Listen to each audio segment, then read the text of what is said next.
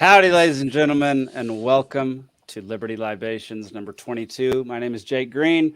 With me tonight, I have Alden, Nick, and Zane. Yo, regular crew. Oh, that's a good sound. What do you got, Alden? Vitamin R again.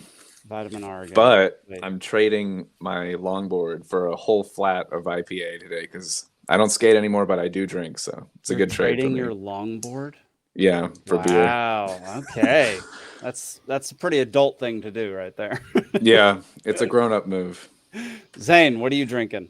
I know you told us. I've got a Kahlua and cream here, and I've got to say that really is an adult move because I'm not old enough yet to understand why anybody drinks IPA. Oh. I'm older than everybody here, and I still don't understand it, Zane. Nick, what do you got? Are you drinking?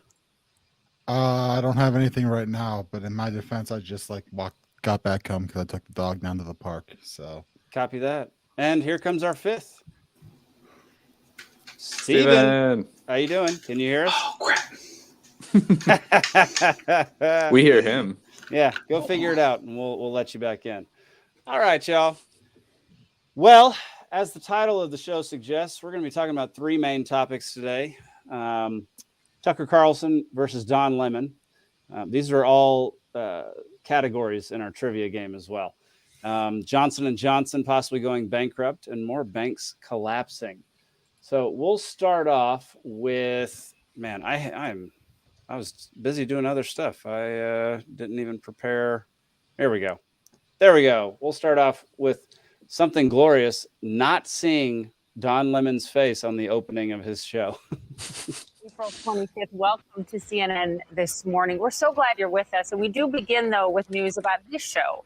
As you may have heard yesterday, CNN parted ways with anchor Don Lemon. In a statement, CNN CEO Chris Licht thanked Don for his contributions over the past 17 years, writing in part, "Don will forever be a part of the CNN family. We wish him well and we'll be cheering him on in his future endeavors."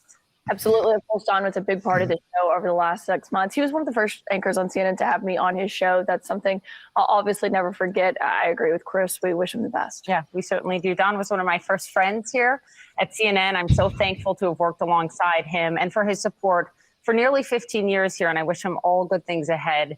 Caitlin and I are really proud of this show. We are so proud of the dedicated team that works around the clock to bring you the news every Don got 36 seconds of mentioning, which to me seems a little high. All right, Steven, can you hear us? Steven? Steven! There we go. All right. Welcome. Unplug the headphones. Steven, how you doing, buddy? Good. Cheers, fellas. Cheers. What are you drinking tonight? Little, oh, there's the camera. Executioner. Nice. All We were right. just talking about IPAs. Well, what We was were your just talking about how terrible IPAs are and how nobody should ever drink them. That's true. Yes, we were. Half of us concur with that. What was everybody's first thoughts on huge week of anchors being fired? well, I think we all knew that Don Lemon was coming at some point soon. I mean, I heard rumors it was coming a while ago. I assumed it would happen like years And ago. then he made that. Then he set everyone off with that past her prime thing, which was a little absurd on his part, like extremely absurd on his part. And then and what, he got into some sort of spat with Vivek Ramaswamy. Dude, have you seen that footage? I didn't see that video because I generally just tune that shit out. But No, you got to see it. Wait, what happened? Okay, don't worry. I'm pulling it up right now because it is delicious. Here we go. Freedoms in this country. Actually, that's why the Civil War was fought. Okay. And the sad that part wasn't about it, fought for black people to have guns. I think.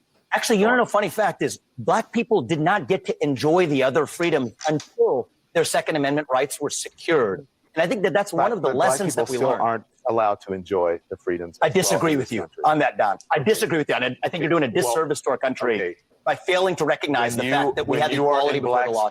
and you live in this country, then you can disagree with me. But we're not. You mentioned in here that I we have disagree. three different shades Don, I of think we have to be melanin able to here. talk about these issues. Stop the Asian hate, regardless of Don. the color of our skin. Black Americans today, to say that, compare that to 1865 and 1964, I think for you to compare it to absolutely 1865 and have equal rights in 1964 this is country. actually, I think it's insulting Yeah. to black people. It's Let insulting me- to me as an African American. I don't want to sit here and argue with you because it's infuriating for you to put those things together. It's not right. Your telling of history is wrong. Lemon's basically saying that black people don't have equal rights today. Like, but hang on, we gotta go to the end, because the end of the clip is the best part. He just is full. You say it's historical The part that I find Historical insulting fact. is Yeah. when you say today black Americans don't have those rights after we have The gone fact through that I find civil rights insulting revolution is in this that country. You are sitting here telling an African American about the rights and what you find insulting about the way I live, the skin I live in every day. Here's where you and I know have the a different freedoms point that of view. black and white that black Then is about that- what it's like to be black. in Whatever America. ethnicity I am, I'll tell you what I am. I'm an Indian American. I'm proud of it. But I think we should have this debate. Black, white, doesn't matter. I think we should have this on the debate. but I think content you should- of the if you're gonna ideas. do it, you should do it in an honest way and in a I fair think- way. And what you're doing is not an honest and fair way. It didn't even get to the part where Yeah, he just kept going. the rich CNN host telling us all how oppressed he is. Yeah, Yeah. I just don't. Well, he just kept going and tried to. Basically, Vivek wanted to go to another segment, and he was not having it. And Don said, "Let's just move on. Let's just move on," and like wouldn't even look at Vivek. It was super entertaining. He's yeah. Lemon's been he's been a liability for a while. Yeah, And dude so doesn't. this was, Dude has no idea what he's talking about 99% of the time.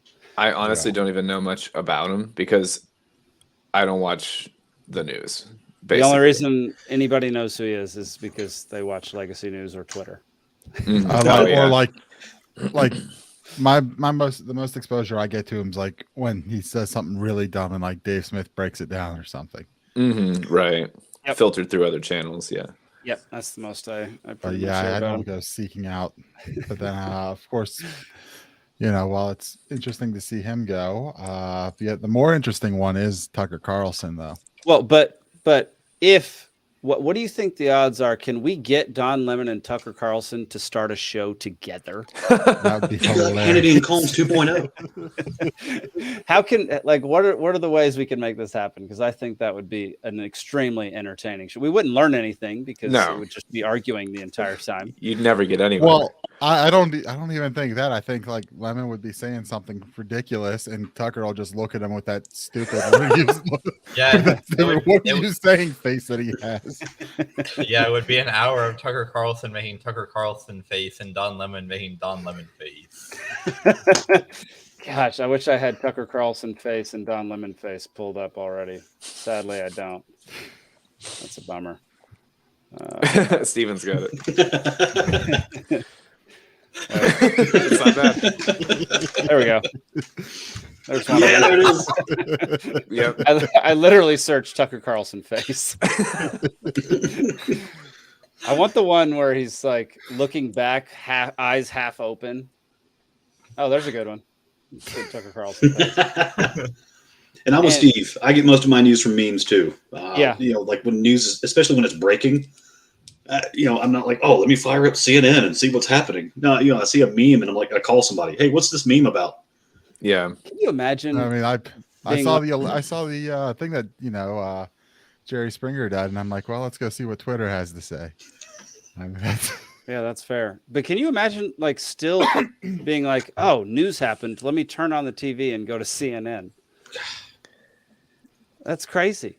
Why would you do that? You have instant information on your phone via Twitter. Well, I watch, sometimes I'll put it on PMSNBC to catch some financial news. And I call it PMSNBC because they have a show called The Cycle. And a lot of their hosts act like they're on it. Yeah. You're not wrong. I was wondering what that meant. So, up to the minute financial news, it's pretty good. It's actually better than Fox Business. Yeah. Well, I will agree that with both y'all that Tucker is the more interesting firing of the week. I was on the propaganda report today with Brad Binkley, and he has this theory that it's literally all based on Ukraine and nothing else. That They're getting rid of anybody in the public eye who is a dissident voice, who is opposed to war in general, but specifically the war in Ukraine. Well, you heard them. You heard the DOD came out and said that they were happy Tucker Carlson would no longer be on the air, going after them night after night. Yeah, they're not subtle. Yeah, no, exactly. Because we're run by idiots. Tucker even said in a speech to the Heritage Foundation, what he does on network television is not bravery. Everyone's like, "Oh, you're so brave," and he's like, "These people lost $2 trillion. Right? How do you lose that? Most countries don't have that ever their whole life." And this was just lost in the couch cushion. So calling out things like that is not bravery. That's just natural reaction. Right. Hey, the water's boiling in here. I need to hop out. I was watching something. I was watching something on him, and apparently he was on some podcast. The host seemed really young, but where they asked him like what his biggest regret was, and he was going off saying about how his support of Iraq was the biggest regret he had, that he fell for that, and it so as much as we disagree with him on, at least he's I think he really gets it at this point. I mean, I think he gets some of it. He definitely doesn't get all of it, but he definitely There's didn't Daddy work for DARPA? Yeah. His daddy would work for the CIA. CIA. I thought that's what you said, but here we go. Like that is a big part of the revelation that's changed my life. Is the media are part of the control apparatus. Like there's no, I know, because you're younger and smarter, and you're like, yeah. But what if you're me and you spent your whole life in that world, and to look around and all of a sudden you're like, oh, wow. Not only are they part of the problem, but I spent most of my life being part of the problem, defending the Iraq war. Like I actually did that. Can you imagine if you did that? Well, what do you think? What is one of your biggest regrets in your career? Oh, defending the Iraq war. That is it. Well, I've had a million regrets. Not being more skeptical, calling people names when I should have listened to what they were saying. Look, when someone makes a claim, there's only one question that's important at the very beginning, which is the claim true or not? Don't ever. So I say, you committed murder, or you rigged Name the last me one election other legacy media before you television host attack who me would actually come out and say something serious like that to the what's your biggest regret? Oh, what? Most of them, I bet it would be, oh, well, I didn't pursue this or I didn't do that. But he's like, oh, I defended the Iraq war. Yeah. I made fun of people. I called them names. Like I bought into everything on it, and I pushed that. What do you think Don Lemon's biggest regret is? Being black. Apparently, if you just listen to his own words. Yeah. I respect that way. Yeah, I respect Tucker for being able to kind of just say like where you were wrong and getting swept up in the propaganda of it. And especially I get what he's kind of saying. Now it's 20 years later, but yeah. But the admission is pretty big deal. Like people don't. The CIA doesn't even do that after 60 years after assassinating a president. Like they don't apologize for. They still keep those documents hidden. They did apologize to the King family. Oh, they did? Yeah. For what, killing him? Not like sorry we shot the guy, but sorry he's dead and we might have been involved. That's great. That's a great apology. Yeah. Well, it is. I appreciate like one of these days if the ATF, instead of whining about their dead at Waco on the anniversary, they kind of remember that they went after innocent people and killed a bunch of them. Yeah. Do you think they're going to admit that? No. No. When do you think we're going to hear an apology from Fauci? We're not going to hear an apology from anybody. No, Fauci's out there. Fauci's out there saying that he never locked down any schools. He did say I didn't shut down any schools or any factories. That wasn't me. Yeah. I just made a recommendation that was echoing what the CDC said. That's like Governor Kemp, campaigning for his reelection on, I didn't shut down the state. That was the thing with Kemp, though. I was there. Kemp couldn't decide if he didn't shut it down or if he was the first to reopen. Right. It was depending on what situation it was. He went back. And Yeah, you forth. can't have it both ways. That's hilarious. Schrodinger's It was fascist. absurd. Schrodinger. That's hilarious. Okay. I finally found the the end of the Vivek thing because it's just too funny to not show it. Insulting that But you're me sitting regarding you here, as a fellow citizen. that you're That's what I sitting think we should here, see. whatever ethnicity you are, explaining to me. Whatever ethnicity I am, about I'll what tell it you. is Explaining. to be black in Whatever America. ethnicity I am, I'll tell sorry. you what I am. I'm an Indian American. I'm proud of it. But I think we should have this debate. Black, white, doesn't matter. I think we should have this on the debate. but I think content you should- of the if you're gonna ideas. do it, you should do it in an honest way and in a I fair think- way. And what you're doing is not an honest and fair way. Okay? With- But we with- appreciate you coming on. With Thank due you for respect, Don, I look forward to Thank you very continuing much. that I appreciate conversation. it. We'll Thank you. continue the conversation. Thank you, Papa. We'll talk about China. Yes, let's talk Next about China. time you come back. There you go. Oh, thank Now you. he Much can to continue say the on conversation in the independence from unemployment China. line. Okay, Something you can can we add move on. on now, please? Thank you. Okay, can we move on now, please? Thank you. Can somebody please just look With at? due respect, Ah, I dang find- it.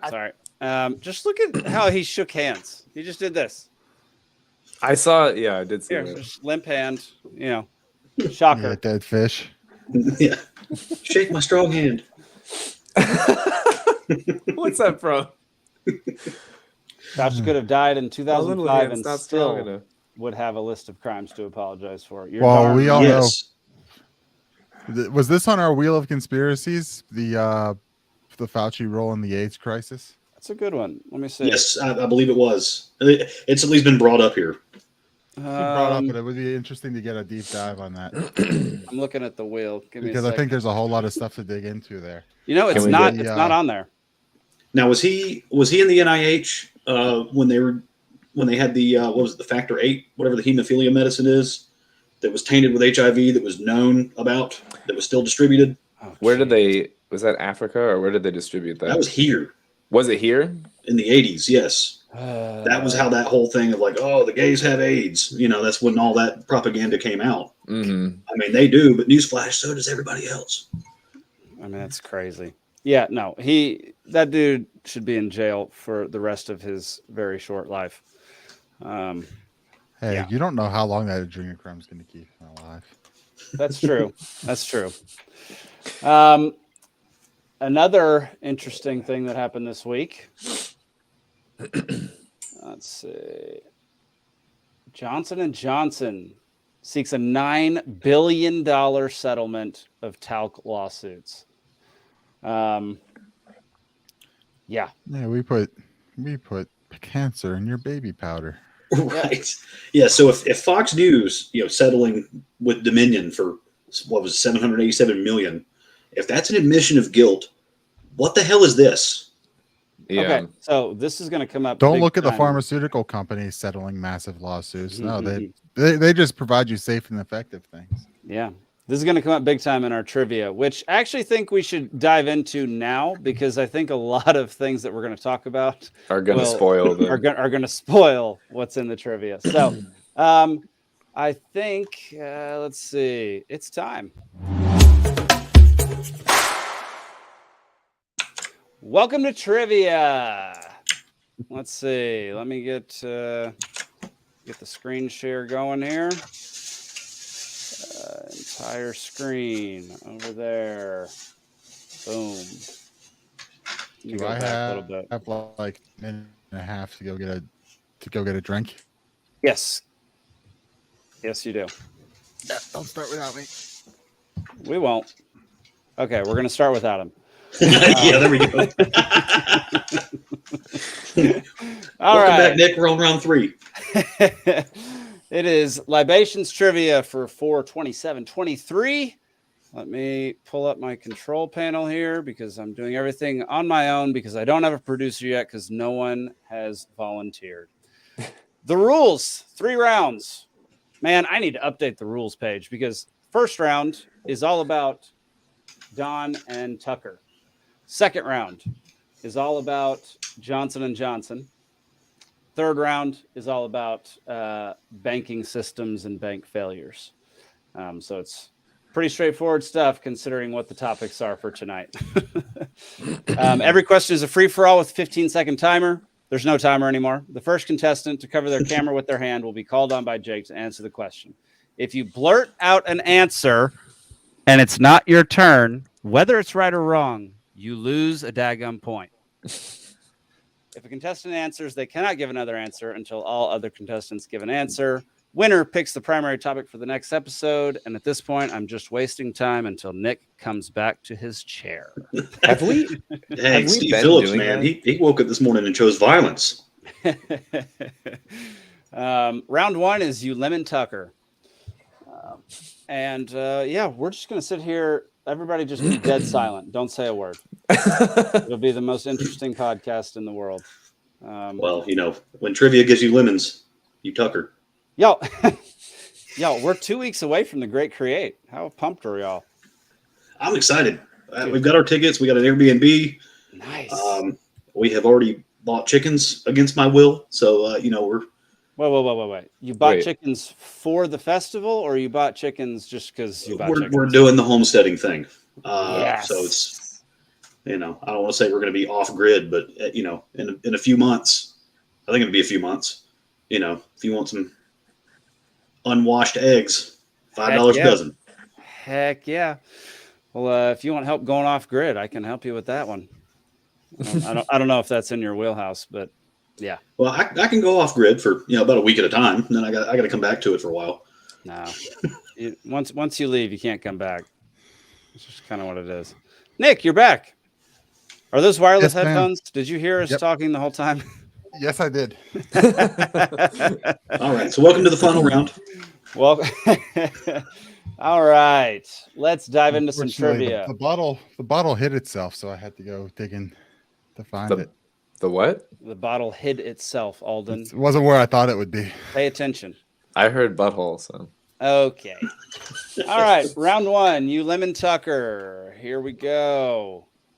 Remember, it's the first one to put their hand to the camera. You don't have to cover it completely, but I need to be able to see it. In 2019, who did Don Lemon warn via text that the police did not believe their story?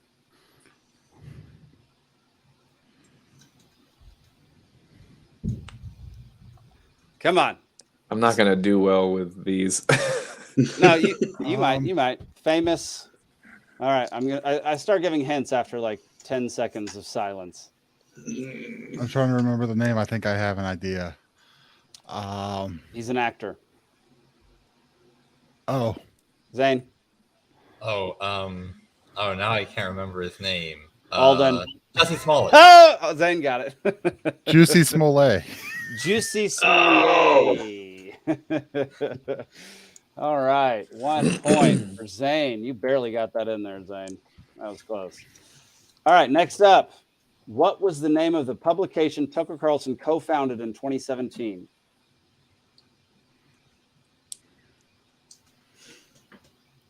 Come on. There are two other publications that share the first name of this publication, and people get them confused regularly. One is a very conservative. Steven. Daily Wire. Okay, that's the other one. Nick. Daily Caller, because Zach put it. I knew it was Daily something, but Zach put it in the. No,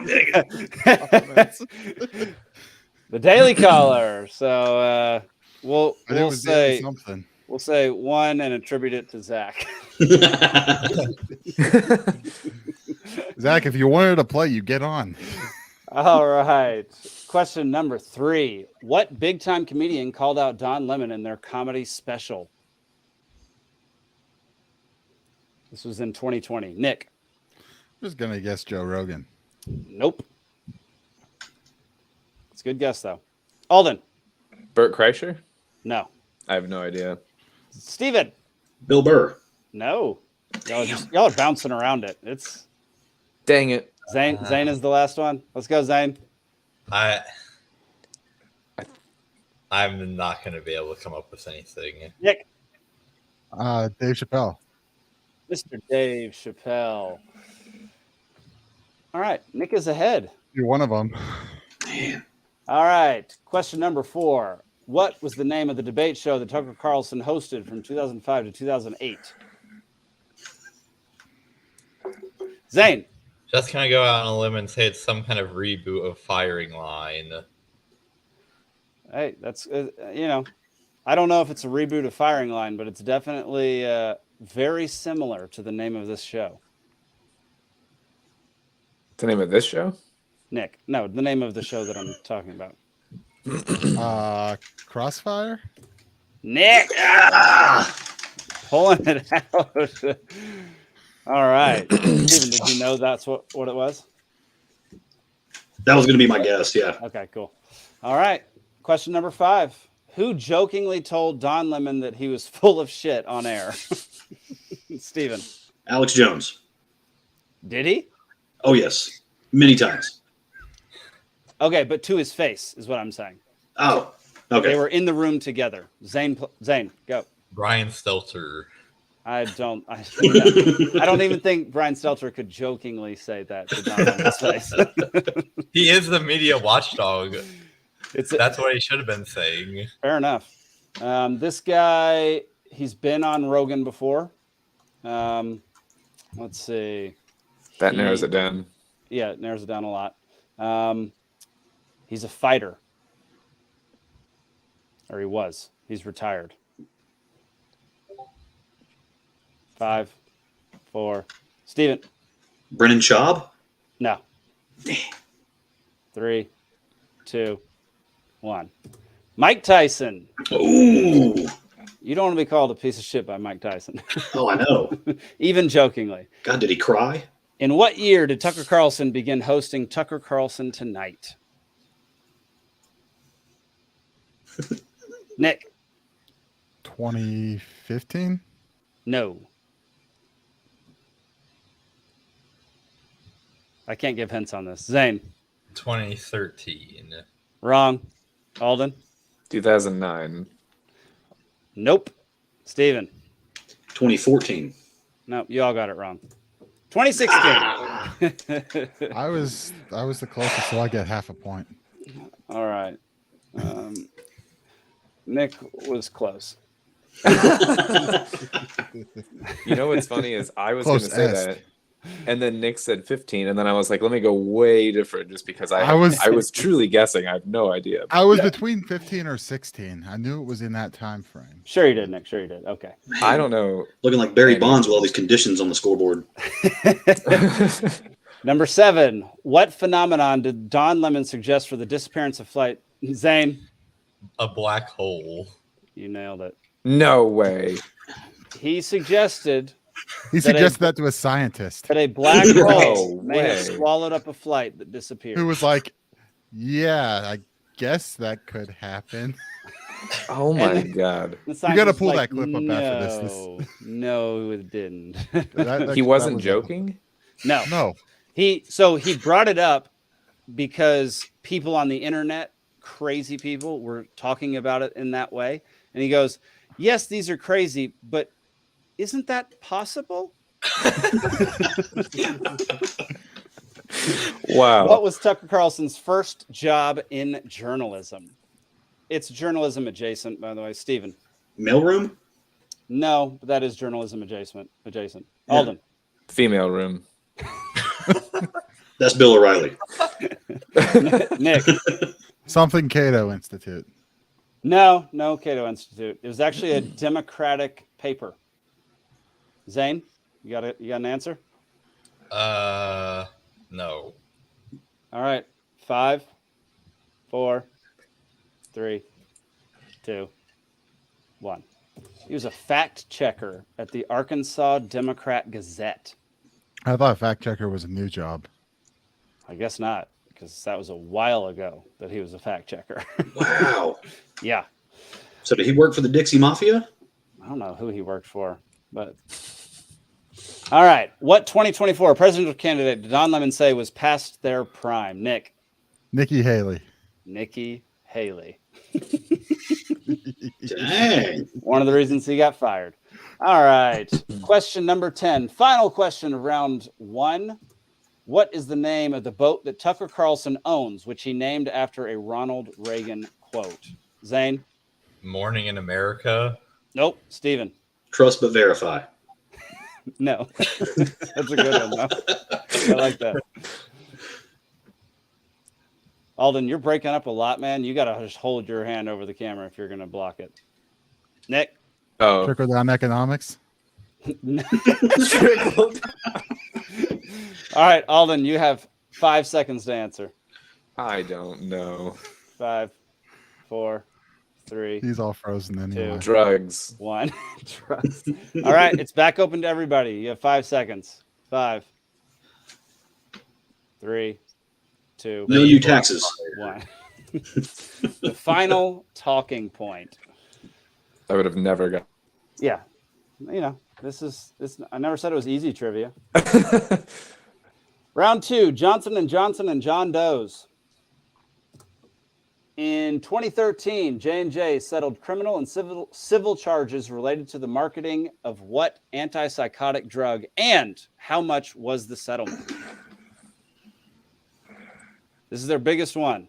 Or not their biggest one. Their biggest one until... Yeah, Steve. Prozac and $100 million. No and no.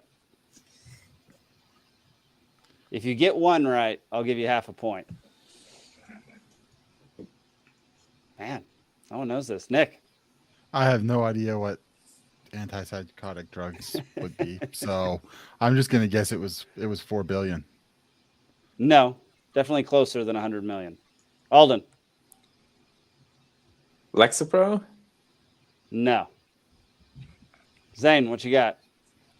$10.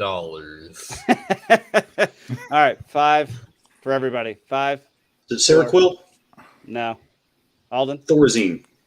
Clozapam or whatever?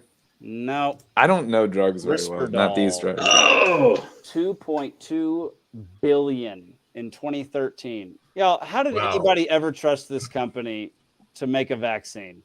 What a bunch of idiots. Gosh. Hey, they just put some asbestos in the talcum powder. A J&J subsidiary settled lawsuits in 2013 for what surgically embedded device, and how much was the settlement? Nick? Was it the Pernia mesh for $500 million? It was not. It's a good answer, though. I did see that one. Alden? Pacemaker? No, that's a good guess, though. That would have killed a lot of people. Yeah. Steven? Was it the bladder mesh? Jeez, what the frick is bladder mesh? No, it was not that. For women, once they get a little older, the bladder starts to sag a little bit. That sounds terrible. Yeah. It is. I'll say 10 billion. I'll give you a hint. Okay, Zane. Google Glass.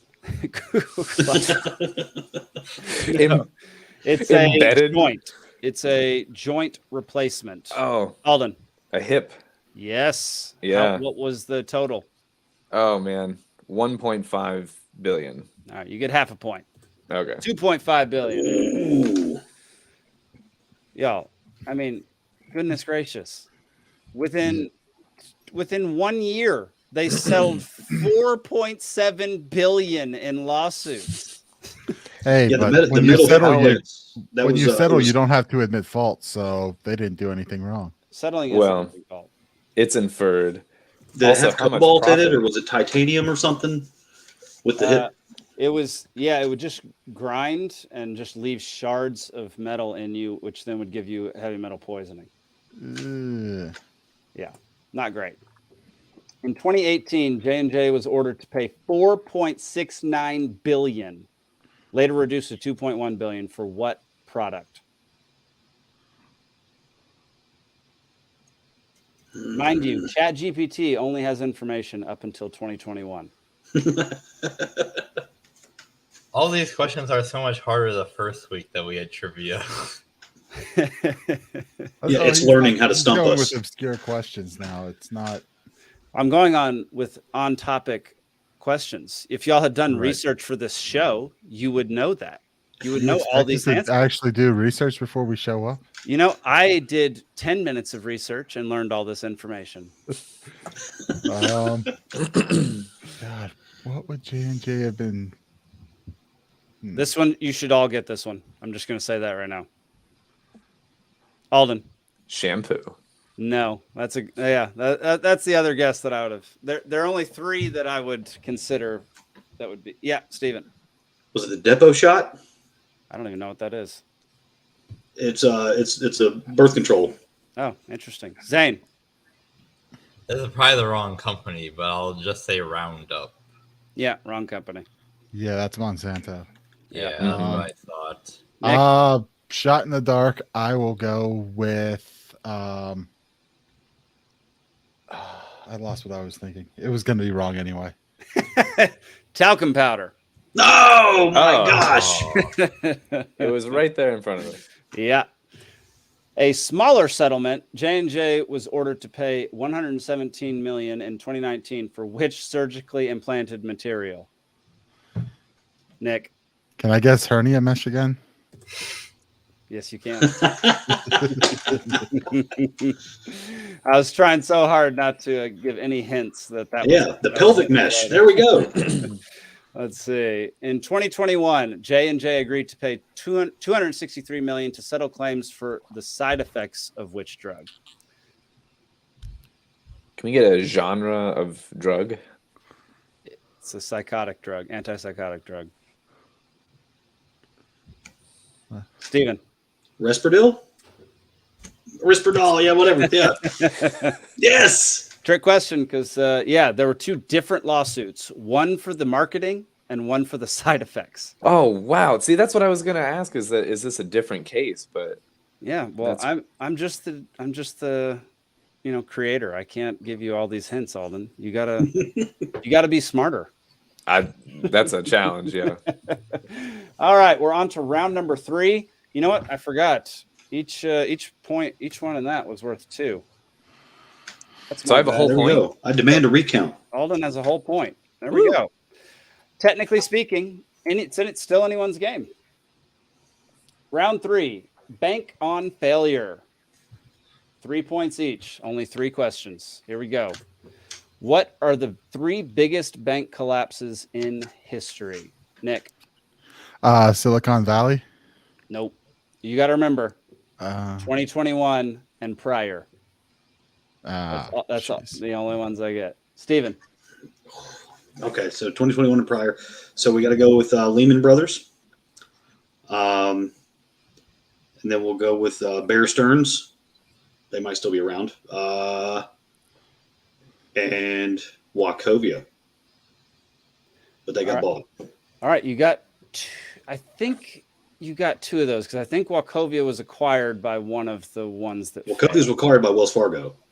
All right. You got that one wrong then. Okay. But you did get one right. Alden, can you add to it?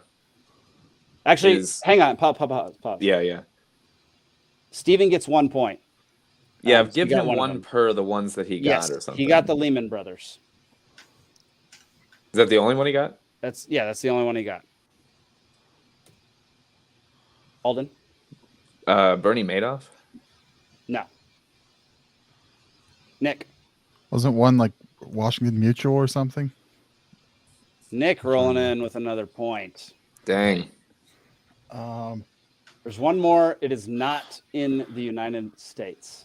Oh, I already went this round. I think the only one left is Zane. So Zane, you have a answer? I got nothing. All right. It's a Portuguese bank, and you got to cover the camera. To they have banks in Portugal? Shockingly, yeah. They legalize drugs. Of course they do. All right. 5, 4, 3, 2, 1. Banco Espirito Santo in 2014. Third biggest bank of all time up until 2021. How crazy is that? And fun side fact. I haven't even heard Chase of that Bank was allowed to acquire Washington Mutual after its collapse because they bailed out the federal government. That's fun. That's fun for everybody involved.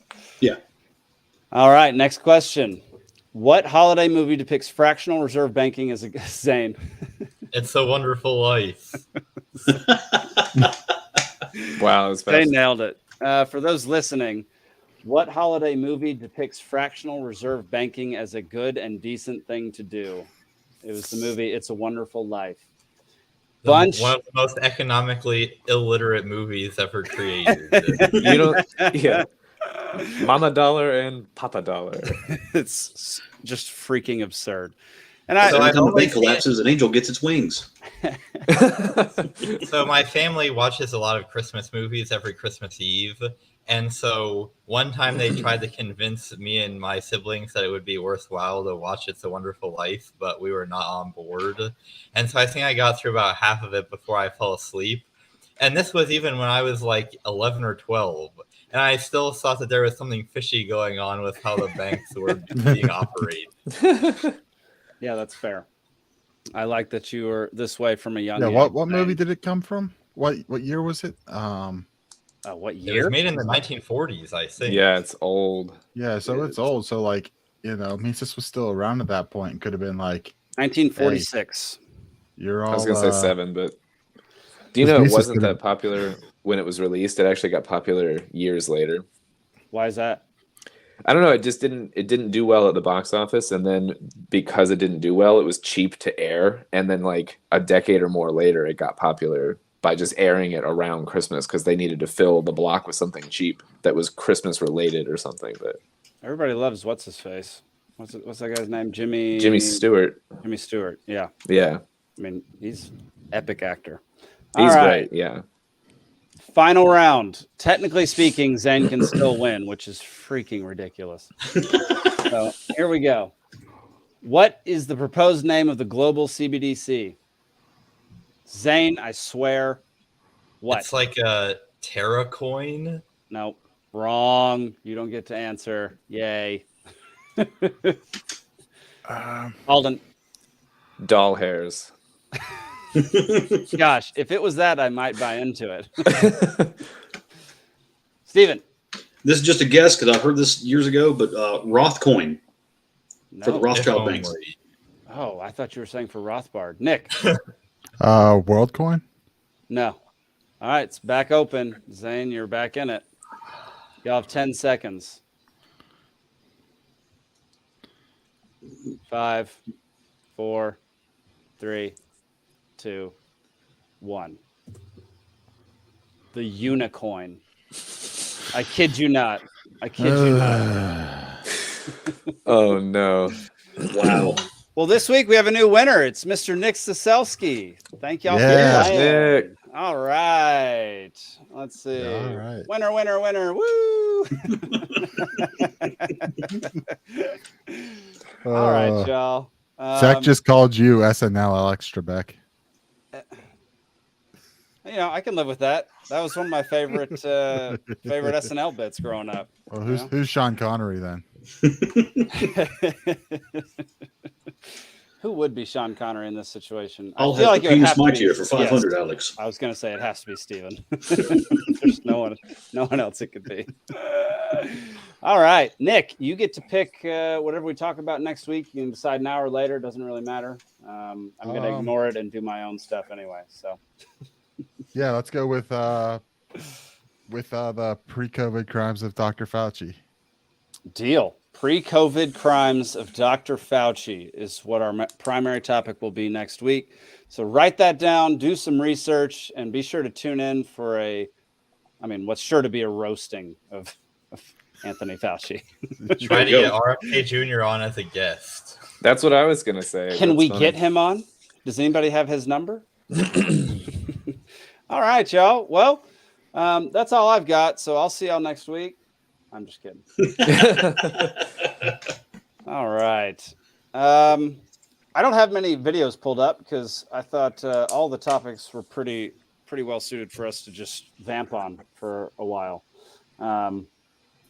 Yeah, I mean, the biggest thing that I did do some research on J&J, and you've heard a lot about them through Twitter and the media and everything for the past couple of years, but just what astounded me is how many lawsuits they have settled. ChatGPT. I asked ChatGPT, list the lawsuits that they've lost and settled.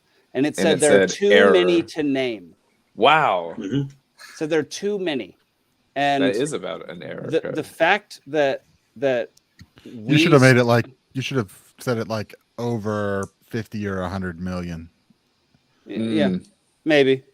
I mean, I feel like almost any lawsuit for a pharmaceutical company is going to be well over 100 because they're almost all like class action stuff. It's never just one single person. But the class actions aren't as numerous as like this. I would think. I don't know.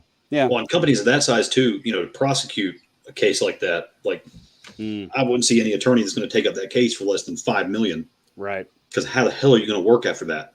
Yeah. No, that's extremely true. But I mean, I don't understand how a company like that still has credibility and like was able to sell a massive amount of vaccines in 2020. That was partially publicly funded. Yes. I mean, completely publicly funded. Was it completely? I didn't want to say completely in case it wasn't, but it's government backed. So the government was the one buying all the vaccines. You didn't have to pay for a daggum vaccine because the government paid for all of them. The research and buying them and everything. And then the profits of it though went to, this is, J&J just like ostensibly it's all of them, but went to these companies, Yeah. Didn't come back to the people or whatever. Right. I just don't understand how that's it's even the same economic fascism as everything else, right? We privatize the profits and we socialize the losses. Yep.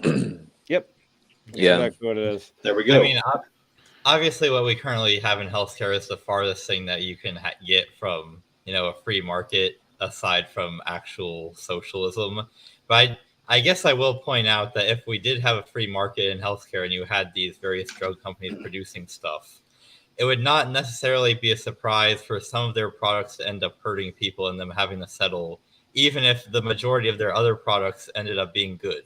Because sometimes, especially when you're dealing with medicine, you can attempt to do studies, and the studies that are attempted in the real world fall far short of what you would really want and are terrible, and because it's so messed up by the government. But even if you were doing the kinds of studies that you optimally would if you're trying to introduce new products, sometimes you are just going to introduce medicines that actually hurts people. And this is true. That's not to say that we can't try, and that most of the time companies that there is nothing inherent about drug companies that makes them evil. They become evil because there's so much interference and so much opportunity for, as Nick said, socializing the losses and privatizing the profits.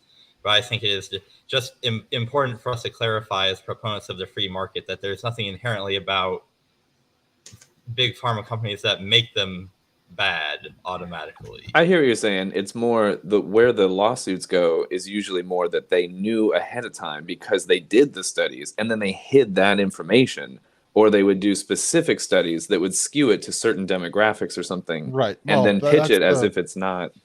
Yeah, I mean, the reason that they can get away with that is because not individual people paying for their own health care. It's a lot of the times Medicare, who it's been estimated that anywhere between 1/3 and 1/2 of all Medicare expenditures are either outright fraudulent or are paying for services that have never been proven to actually do anything. But Medicare keeps paying for them anyway because the lobbyists pressure them into it, and their voters pressure them into it because they think that they're going to be robbed of health care that would help them, even though it often doesn't actually help them. So this is why J&J can do these very dubious studies and sometimes outright falsify the studies. And there's no one there.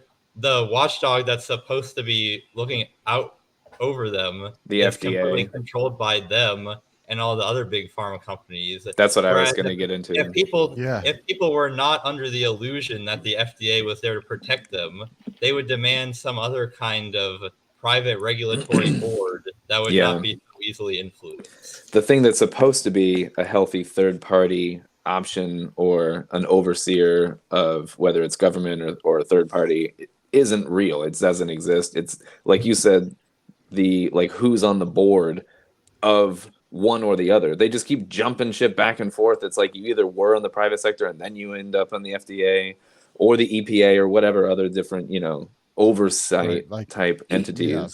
Like Zane said, it's not even necessarily say a private regulator, but but it's like for electronics, you have Underwriters Laboratory, right? No one forces you to go to Underwriters Laboratory, but you do, and you say, "Hey, can my stuff be certified by you guys to work at, it's not going to catch on fire when it's plugged into an outlet or something like that." I listened to and a very easily do that and say the pharmacy, yeah, I mean, if you want to take this poison that we don't know what it does, but hey, it's experimental and maybe it saves you, that's all, that's up to you and that's your choice, and here's the risks, and if you make the if you have the informed consent for it and you decide to go ahead, that's your choice on it. And then if you want something safer, you go to a third party, like, you look for something that the third party's looked at and tested and independently tested and verified, and come back with results, and you review that and you say, all right, this looks safe and this looks like it has a decent shot. I think I'm going to take, I think I'll go that way. It's really like not that hard. I mean, doctors knowing a little bit about what they're prescribing versus like, well, the standard of care says we do this, and the pharmaceutical sales rep told me it does this, so therefore I cut a prescription for this. Yep. Well, and I was searching while you were talking too, because I was trying to find something that, kind of what Zane was getting at. With we just have this blind trust in the FDA, and a little time, a little bit of research, I can actually bring this information to you. But there was a time in this country that we actually had a eugenics committee, and then that later transformed into something more eloquently worded as like a board of bioethics or something like that.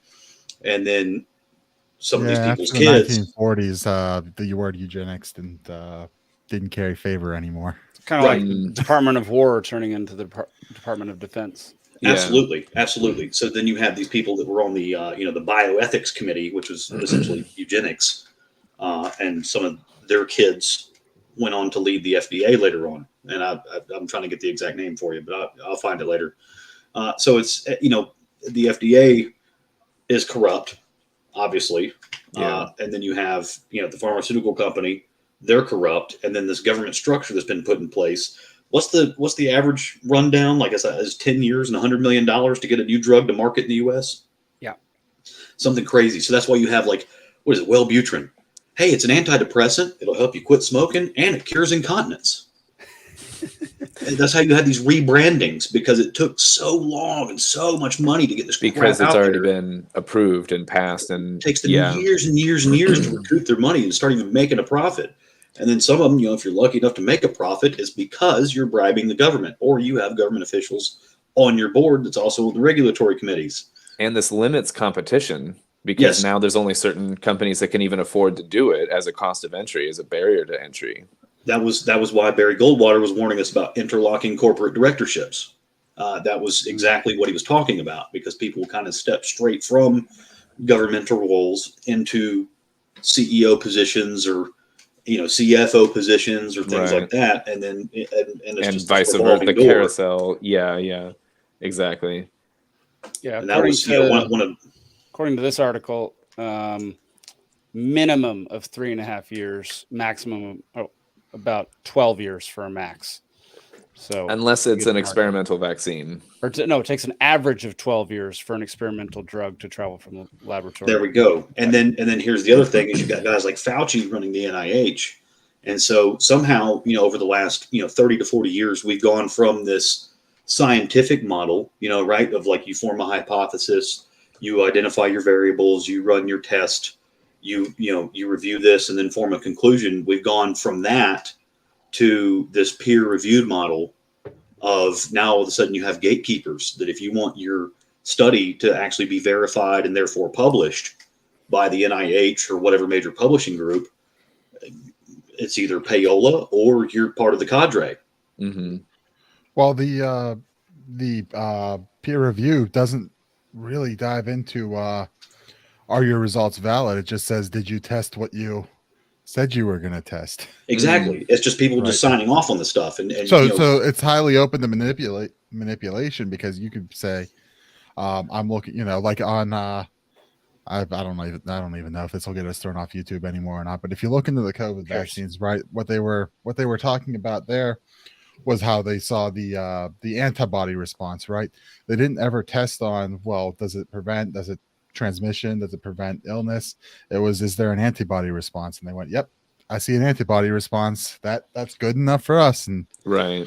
so It's they like if published you study, have- so their study said, yep, we see an antibody response. The peer review would say, hey, they were testing for an antibody response. They saw an antibody response. This is valid. It's like selling a car. And to tease the future show topic, there's Dr. Judy Mikovits. She has written a book called XMRV. She discovered a retrovirus that was in one of the vaccines that was responsible for chronic fatigue syndrome in women, which previously they would just say, oh, you're hysterical, take some Quaaludes and shut up, get back in the kitchen. The good old days, right? Yeah, absolutely. Yeah, that's right. Yeah. Back when that's why you got small feet, so you can stand close to the oven. But I've never heard that. Oh, God. But no, so she wrote this book that was basically saying that, because she was one of the researchers on this whole project, and she discovered there were retroviruses, and that's even been admitted in oh gosh, what was it? The simian virus SV40. It was in the polio vaccines. We didn't have the technology to detect this retrovirus until the mid 80s. And that's why we had one of Jonas Salk's aide de camp that was on like Montel Williams or some daytime talk show talking about there was a retrovirus in the polio vaccine. That's why 90 million people have cancer right now, is because of this polio vaccine that we gave. So Judy Mikovits was she was looking into, well, what retroviruses can we now detect with modern technology. And she found one, and Fauci, he stomped on it. He wouldn't let her publish her study. She had it published anyways, and he had her stripped of her doctorate. And she actually went to jail for a few years. Now that she's out, she's written that book. So that's gonna be one of the teasers of one of the things we can talk about with Fauci. Interesting. What does anybody know what happened with Andrew Tate this morning? Because Mac just mentioned it. Very much in the era of biowarfare, especially on singular individuals. Look at Andrew Tate from this morning. Jamie Foxx is currently hospitalized under mysterious circumstances. Well, Jamie Foxx is in his 50s in Atlanta, and Jamie Foxx lives hard. He makes no secret that he likes to party. He works 12, 15-hour days, and you've been doing that for 30 years hospital? now. Which hospital is he in? Can we go visit him? Take him some flowers? Field trip. I would guess he's at Emory. Probably. If you're having a stroke in Atlanta, that's where you want to go. Interesting. Despite all the billboards saying Grady. It says, I know it's one of the Atlanta hospitals, and it sounded like a stroke from what I heard, which, could be from a hard lifestyle, or it could be from a, could be from something else. We'll just say something else. Let's just say, he had a certain antibody response during a stressful moment on set. There you go. Yeah. I don't want Kate's tweet. I don't want to misspeak, but I'm pretty Mac, sure. You gotta link this stuff.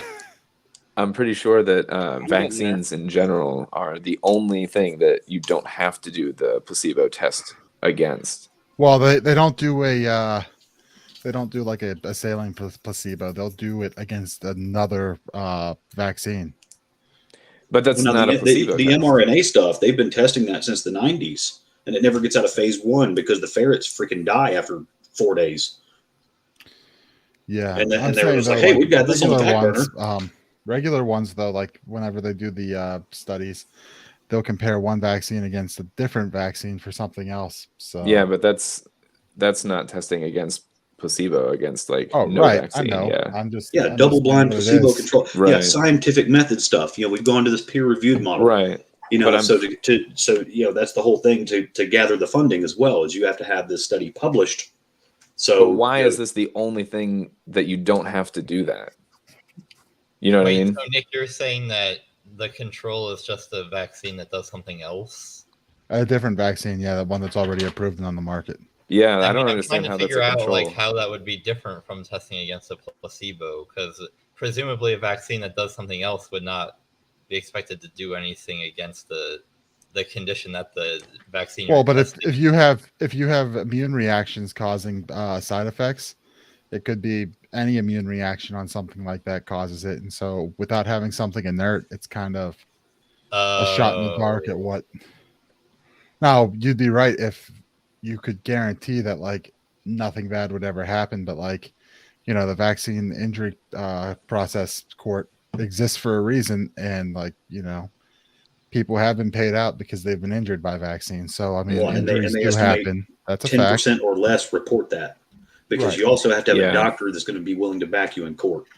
I would say Right. even especially during this one, the least probably because of how much pushback there was against it and a lot of people afraid for their jobs and things. Yeah, that's VAERS, the vaccine adverse event The VAERS, reaction site or something like that. But then you look at that one, you know, they were trying to improve theirs and make it you know, not a passive reporting, but something that you know, could kind of automatically detect these things. I guess probably based off of the computers knowing, you know, you got this and then you ended up in a hospital on this day, and is there a correlation? Does it pick up, right? So there was one thing, I don't know, was it 10 years ago, the Harvard Pilgrim study, where they went to the Harvard Pilgrim healthcare system and they tried this system, and I think they were saying that they were picking up like 1% of injuries in theirs.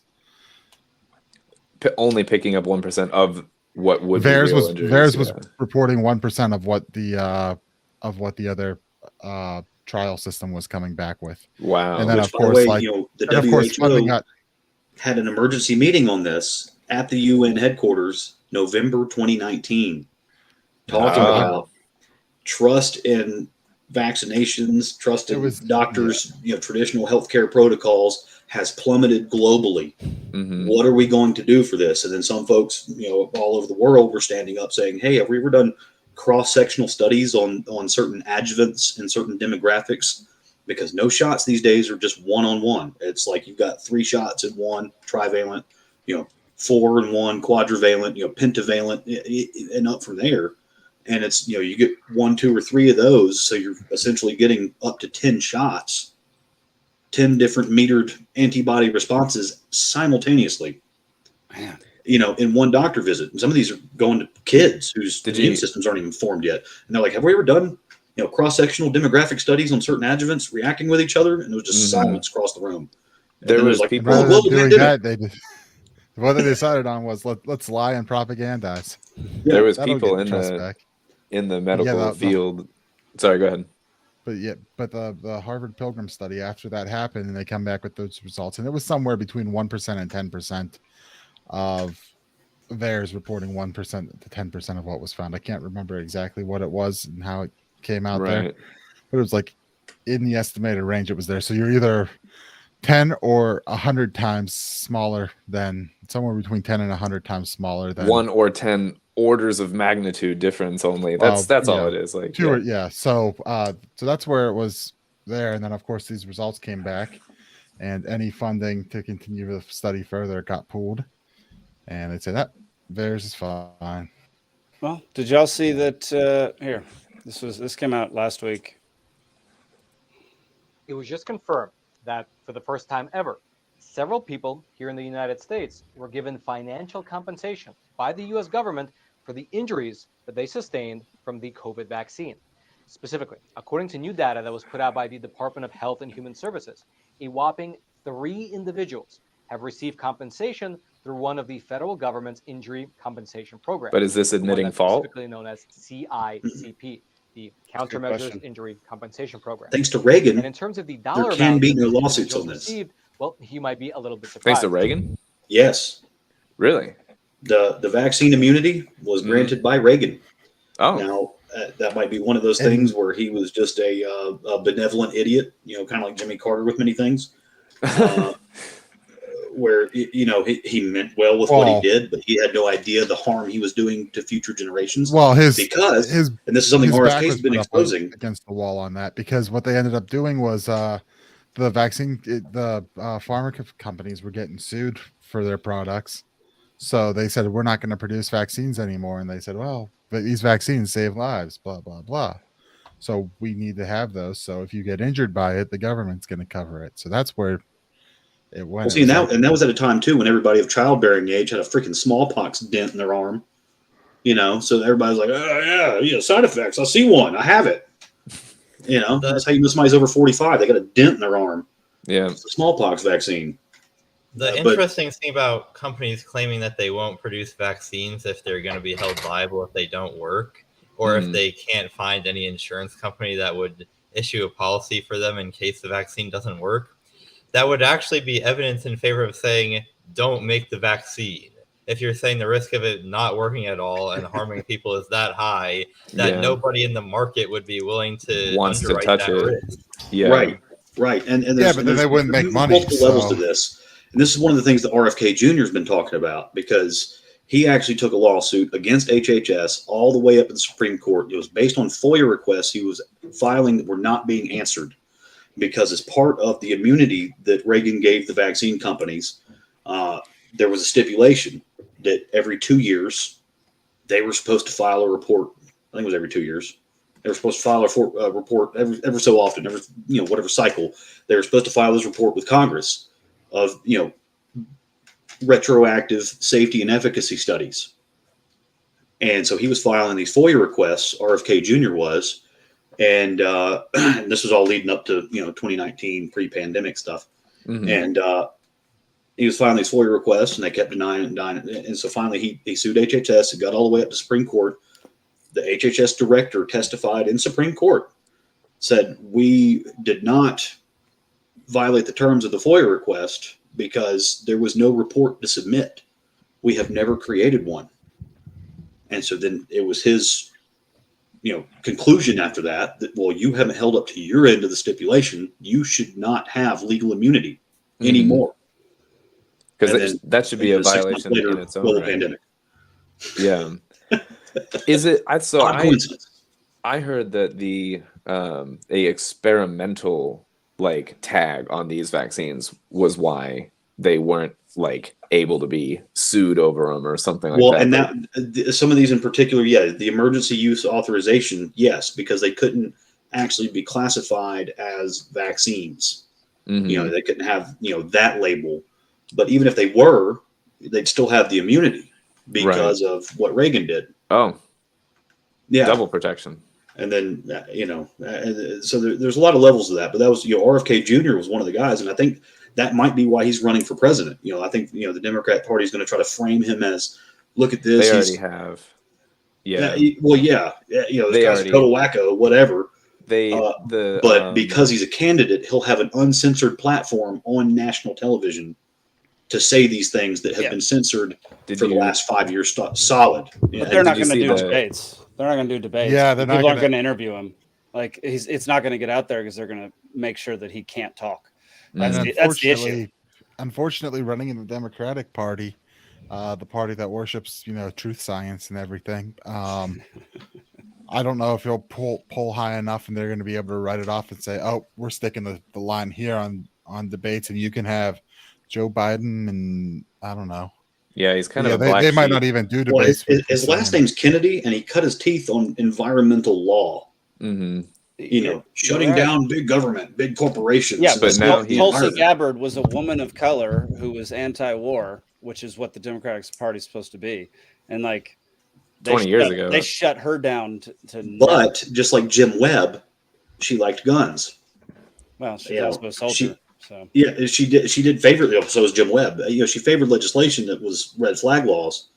But did you see the RFK, the New York Post and the different more left wing media stuff, all the headlines about him during COVID when he wrote his book and did all of that, and it was clear. It's not even real journalism. It was just the headline would be RFK Jr., the dumbest Kennedy. You know what I mean? In the New York Post, it was just the headline. And if you typed in his name, that's all you saw. That's all they wanted you to see. So he's completely lost favor with the media. I don't think, he's got his own. The Post has been a rag akin to the National Enquirer for 20 years.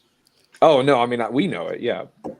I mean, plus Dave Smith made an interesting point today on Rogan. A couple other people have said it too, that running for president is just a speaking tour, and he does not speak well. We talked about that one episode, yeah. Oh, I don't remember. No, we just brought it up that if he's running, that would be his challenge, is because he's just not very charismatic in that way, which shouldn't matter. But his first speech was great. When he was announcing he's running, I thought it was fantastic. Had no problem with it. I didn't even see it.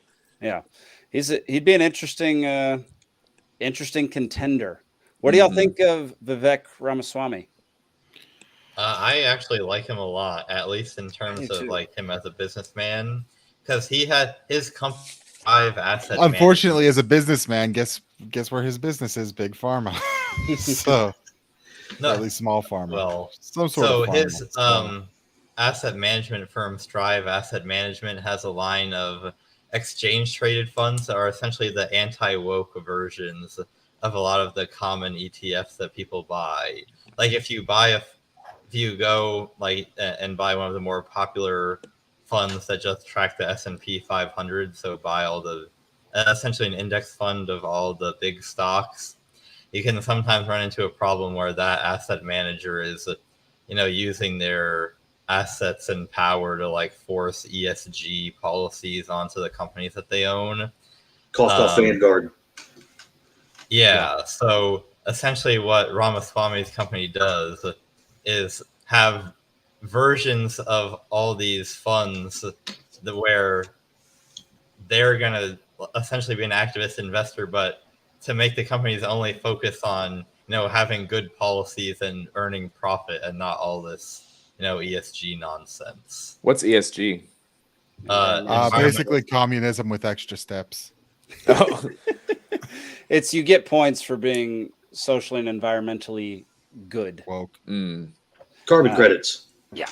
Yeah, so it stands for environmental, social, and governance. So the environmental is like, we need to like go carbon neutral by 2050 and do all these policies that will just, impoverish everybody and won't actually impact how quickly the planet is warming, but we need to do this. Social is, all like the racial policies and the, gender and all the the various critical theories, and then governance is probably the least objectionable of the three, because a lot of just how the board of directors operates. So the big two problems are the environmental and social planks of it. Well, these are Vivek's things. Revive American national identity, unleash the American economy, which means achieve greater than 5% GDP growth, declare independence from communist China, dismantle managerial bureaucracy, and end weaponization of government and financial markets. He doesn't mention on here that he also wants to increase the drug war and go to war with the cartels. So, that's the problem. Like some of the stuff that he says, great, fine, whatever. Yes. But then revive the American national identity. I think that's a story we tell ourselves exists and has never really existed, because what does that even mean? Exactly. Me sitting in Pittsburgh is completely different than someone in Philadelphia. They are in the same. They're in the same state as us, and they are a different species. Because I would argue that they stay on their side of the mountain. Yeah, right? They stay over on their side of the mountain. And Nick is a big fan of segregation, yo. I don't know if yes. Yes, people from Philadelphia can stay on their side of the state. Yep. I mean, people tend to self-segregate. That's true. So that's so just culturally, I think there's plenty of different there's plenty. So national identity, I don't know ever really existed. That was item number one. Yeah. I mean, it was Trump's number one. I mean, make America great again. Then you had what was it? More China Hawk stuff, right? So yeah. Declare independence from communist China. Which even, Mitt Romney was talking about this when he was running for president. They were like, hey, what's the biggest threat? Oh, China. Notice how he's changed his tune now. Romney said Russia, and Obama was, Mitt, the Cold War ended 20 years ago. There you go. And then Newt Gingrich, he was pushing the whole thing of, which there's some legitimacy to this. He's pushing the whole thing of an EMP going off. All you have to do, it doesn't have to be an actual EMP. It's just detonate a nuke in the stratosphere, and it's enough electrical interference, it'll knock out the grid. Which right now we're in the Maunder minimum of solar cycles, which that's what I was. Despite what the UN says, is actually a thing that we need to consider. What are you talking about? What is the Maunder minimum? So solar cycles, the sun runs in cycles of, I think it's 11 years, where it has more sunspot activity and less sunspot activity. So the Maunder minimum is in that lower bell curve end of the 11-year cycle, where it's going to exponentially rise. There's less sunspot activity, but what activity there is more lethal. That's how you get the X-class solar flares, like the Carrington event. Yeah, where it just knocks out the whole telegraph system in the country. Something happened in the early 80s where there was a part of Canada that got one of these things that, it melted traffic signals off the base of the pole. We even had one already this past the end of 2022, I think, that was affecting radio signals in Africa. Oh yeah, comms go down for like 2-3 days, and that's on the lowest end of it. So. And if you're in the construction industry and you're relying on GPS stuff, so whether it's the Chinese Beidou network of satellites, the Russian GLONASS satellites, or the Navstar that the U.S. has, any of that stuff, it's all all the GPS acts up, and you build something wrong on a construction site, they just go, must have been a solar flare. It's all going to go haywire at some point here, but I honestly think that a lot of the stuff like EMPs and different things like that are kind of like a red herring. And anytime someone is going to bring up anything like we're talking about with like the solar activity, you're going to get branded as like a climate denier and different things like that, even though what we're saying is that like, no, there's going to be some real problems, but it just won't be exactly what you're being told it's from, Same with the political things of like, EMPs from Russia. I'm not saying it can't happen. I'm just saying that if we put all the focus over there, then it's, I don't know, ironic that we might experience the same effect, but from something completely else that we're not looking at. But well, and the solar flare is a real thing. Okay. Now it's a joke if you have anything to do with construction with your life that, a solar flare knocked out the GPS or your TomTom's not acting right, or Google Maps isn't acting right. Solar flare, haha. It's a real thing. It does happen. It has happened in our lifetime, and it happens to various degrees. Yeah. Oh yeah. There's a space weather dashboard you can go look at online that NOAA puts up. I follow stuff like that all the time. It's gotten increasingly difficult to look at. I hate the new user interface they have. But you can look at this stuff of like, especially right now for now and like the next 2 years, we're in the Maunder minimum. Yeah. So, it won't be a whole lot of stuff, but all of a sudden it's like, X-class solar flare, expect your comms to go down if you're in the Northern hemisphere, north of this latitude. This is the stuff that gets into like some of my like biggest, deepest, oldest, weirdest, like conspiracy type stuff is what involves like solar cycles and things like that. But yeah, well, and I was joking about the UN. They actually passed a resolution in like 06 or 08, something like that. They actually passed a resolution saying that the sun had no effect on the planet's climate. The sun has the most effect on the planet. All of it. Who said that? The UN. Well, good Lord. I'm dead serious. They have a resolution the only on the reason books. We're alive. Yeah. And it'll be the reason why we're not. Like it's the same, So if you want to use them as, the backbone of all your scientific data, just know that you have a resolution like that on the books. Yeah. So, when they're not busy trying to legitimize pedophilia, they're saying that kind of stupid crap. Yeah. Yeah. And the other thing with the UN climate studies is that a lot of the times the things that they go around saying about the research that they've done doesn't even match the findings of their own studies. So you could do the study. That's called lying. Yeah. Talk about the study would be something completely different.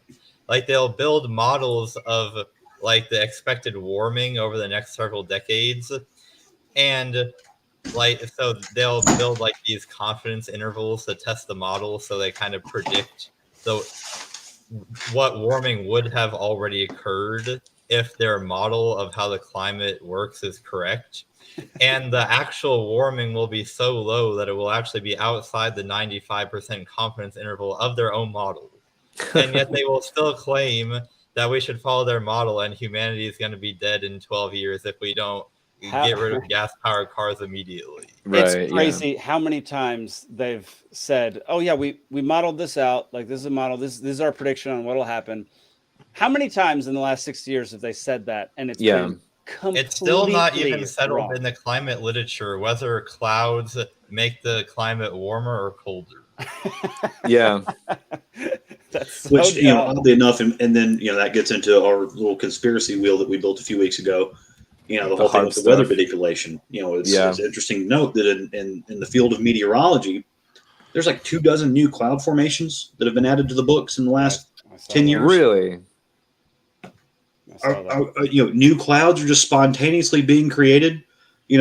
10,000 years, or if you believe Graham Hancock, 30,000 years of human history. Mm-hmm. And all of a sudden, we've got some new clouds. Yeah. Al Gore. Yeah. Yeah, exactly. According to Al Gore, we're underwater right now, and we're melting in an acid bath. Hey, he's super cereal. Man, bear, pig is real. Super cereal, y'all. What do y'all think of those photos people have been posting?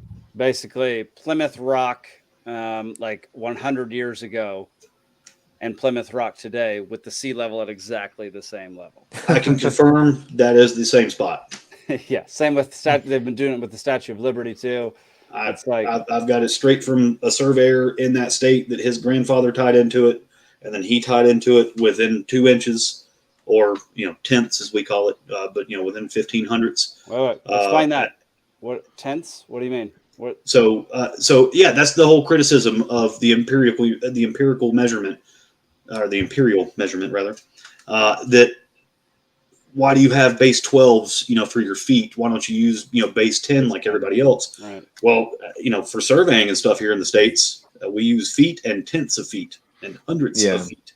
Oof. We talked about this. When I was so doing, an inch is 800ths. Mm-hmm. When I was doing, when I was in West Texas at the pipe place, they had what? Yeah, when we were doing when I was doing refiner. pipe, we not refinery, we did Oil. pipe inspection for downhole. Whatever. I do pipe on the side sometimes too. Don't worry. Yeah, I like pipe But, place. Let's go back to that. Yeah, the way it's done there is that the tape measures are in feet and then tenths and yeah, the engineering scale is what they call it. There. The engineering tape. Yeah, but I mean, I don't know. That's Thousands just a of an bastard inch version, is easy enough. man. Like, that's confusing. It's like it's the most American thing where it's like, all right, tenths makes sense, it works better, but we're gonna keep the feet. Like, yeah. I mean, once you get to a still certain base 10 though. Yeah. Once you get to a certain scale, like I mean, the stuff I do, we're talking everything's in inches, and so you just do fractions of an inches or thousandths of an inch. It's whatever. So thousandths of an inch. A couple thou. Plus or minus 5 thou. What'd you say? One time when George Power was doing that. Zane, go. Yeah, going back to your point about the sea level rise or lack thereof at Plymouth Rock, I think we need to be somewhat careful about using quick little arguments like that, because there are sometimes complications that we don't that aren't always obvious. Like that's fair. Slope. Just because the sea level is rising in general, does not mean that it will go up the same amount at every point on Earth, because it's shelf slope. The gravity at different points on Earth is actually stronger or weaker depending on how heavy the rocks are in the Earth's crust and mantle at that point. And at heavier places on Earth where the Earth is heavier, the water will actually clump up around those spots, and the sea level will be higher there. You have lunar.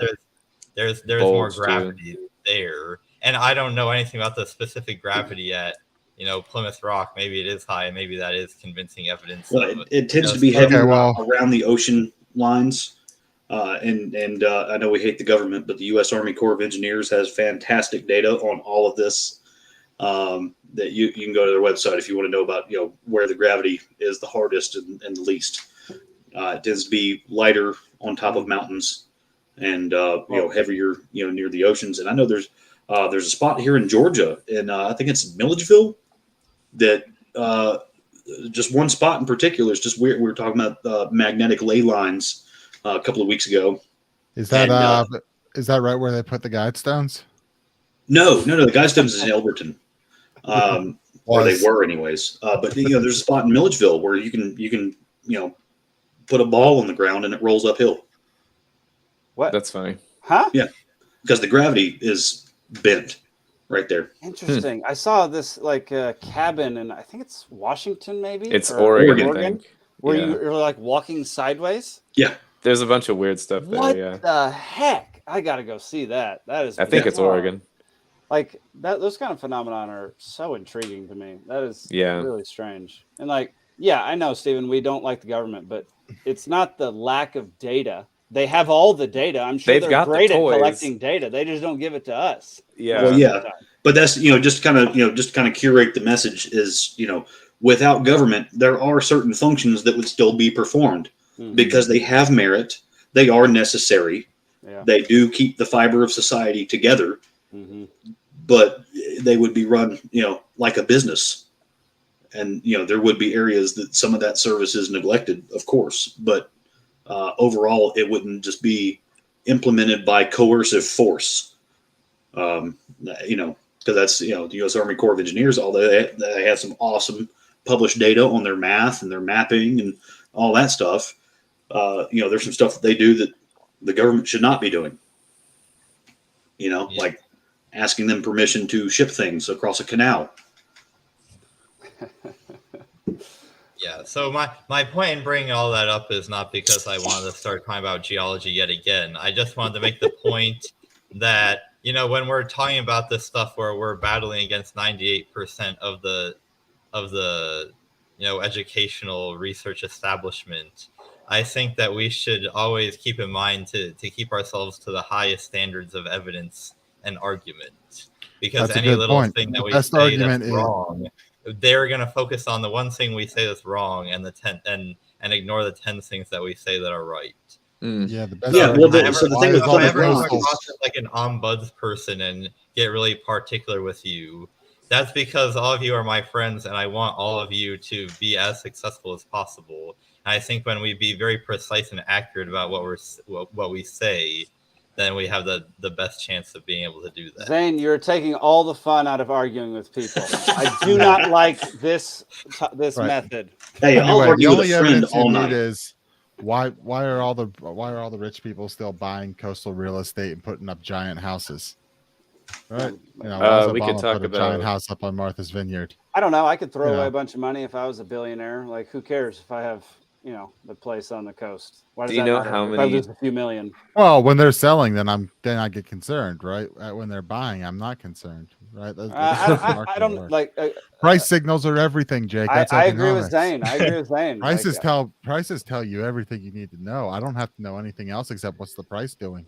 I would say insurance is a whole other thing where the average person tries to get insurance for their home for like a named storm, and they're like, it was a named storm. We're only going to give you like 25% of what you would normally for the same amount of damage. And then you look at some of the, I'm sorry, force majeure, acts of God. Yeah, exactly. Like the small print act of God thing. Like, and then you look at some of these homes that like one house that's in a flood prone area on the beach, like one mansion has been completely rebuilt and like 8 times or something like that, because the few rich people's houses are taking all of the capital from the rest of us in terms of like the insurance, because insurance is a scam for rich people, again, the same as anything else. So it's someone in the insurance business, I'm not sure I can go along with you all the way, but I will say that federal flood insurance has completely screwed coastal development, because the fact that you can get subsidized flood insurance, like if you've got, if you're trying to build houses in a 20-year floodplain, then maybe you shouldn't build exorbitant mansions because every 20 years it's going to get flooded. But when you say, here's some heavily discounted insurance, you're going to get tons of huge houses that have to be rebuilt every 20 years. Right. And it's a complete waste. You should be building those houses that are on stilts so that nothing ever floods them. To be fair, though, the 100-year floodplain is defined as a 1% annual chance. So it's not once every 100 years. It's 1% every year is the chance that this will happen. Right. Which, by the way, here in Georgia, we've had multiples of those in the last 8 months. Interesting. All right. Well, there's a nice pause in the conversation. We're going to pivot to another bank collapse. I love me some bank collapse. First Republic Bank Stock trading halted, citing volatility after Now- taking another 18. Now, First There Republic you go. was one of the ones that got hit hard in the initial thing there. At the same time as Silicon Valley and Signature Bank, Right. and they were rescued by, was it J.P. Morgan Chase? Someone stepped in and rescued Yeah, them it was and one of shored up their. those. Yeah. One of the bigs stepped in and shored them up and said, "Nope, everything's going to be great." But yeah, to see an 18% drop after that like this, and then trading halt, that's Yep. that's bad news. It's a really, really bad sign. The story was from yesterday. How long was trading halted for on them? Well, a if good you're question. Robinhood, I would again imagine today? trading was halted at that last green candle. For the second consecutive day, so they're still opening. That's when Robinhood cut off. I can guarantee you that. Let's see. Come on, go back. You know, for all you Robinhood traders, just know that they are owned by Citadel. If you haven't figured that out yet, so Citadel. Yeah, in times of high volatility, they cut you off first. So I don't know if they're still halted. I'll have to look that up. Well, it said they halted for a second consecutive day, so they halted. Yeah, but this like just came out yesterday. Some of these time, yeah. So that means, well, so when they halt, a halt could be for a minute, it could be for an hour, it could be for the rest of the day, right? So, I guess we'd have to go look at the charts and see what it did. Let's see. It looks like it's back up Pull a up little Trading bit. View. That's yeah. I don't know. Yeah, TradingView's got some good candlestick charts if you got See a what- membership. I don't got a membership. Well, Why would have a I can at membership? least on the free one, I can at least see. I think we should be able to see where the And, where it and halted. you know, to Robert's comment, it may Or sound I can go pull counterintuitive up to have Thinkorswim. flood insurance in the mountains, but that's you're actually more likely to flood there. Yeah, because you're on an incline, so you just have running water now. Yes. So you're Yeah. getting all the water from everything above you. That's your why, way. you know, Yeah. for surveying in particular, Tennessee is one of the hardest states in the union because, you know, once you get To in the mountain insure, areas, it's just, what do you do with the water? Holy crap. Because you got a lot of valleys and Mm-hmm. Here's the trading chart.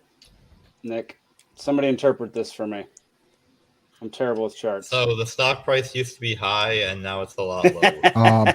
Yeah. So the way to read a candlestick is, so you have, you know, so like I would say this is the one that's in the 75 to 80 range. You know, if you want to look at that, so you look at the candle body itself, and then you have the wick. So for a red candle, it opened up at that top wick. Okay, and then it went at one point, it went all the way down to the bottom wick. Well, and then the majority of the volume is in the candle body. Here is interesting. So whatever time frame you're looking at is, you know, that's the Gotcha. candle for that whole time frame. And during that time frame, it went up to that point, down to that point, but mostly stayed in that range for the body of the candle. Wow, pretty volatile. Okay. But it's trading very low. It looks like it is trading though, right?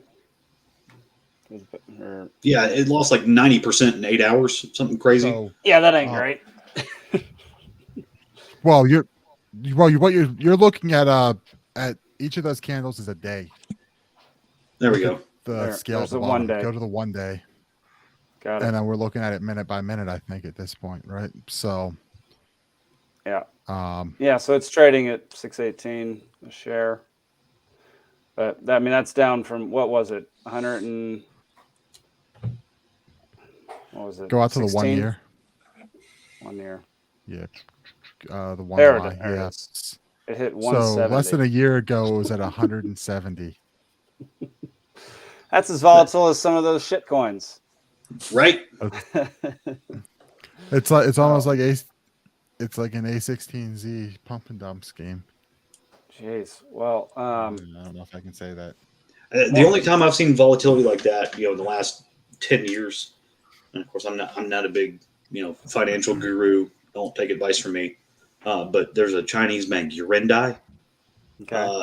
It has some volatility. You know, if you're one of those weekly scalper types that lives on Robinhood, you know, you're just trying to make some beer money throughout the week.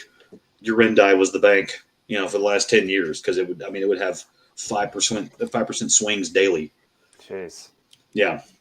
Well, this guy, SEC chair Gary Gensler, blames Silicon Valley Bank collapse on crypto.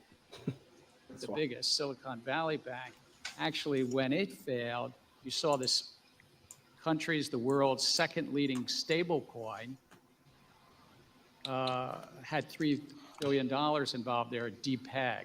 So it's interesting just how this was all had some crypto narrative as well. And my time is up. Thank you, Mr. Yeah. Can we, first things first, can we stop referring to these bureaucrats as honorable?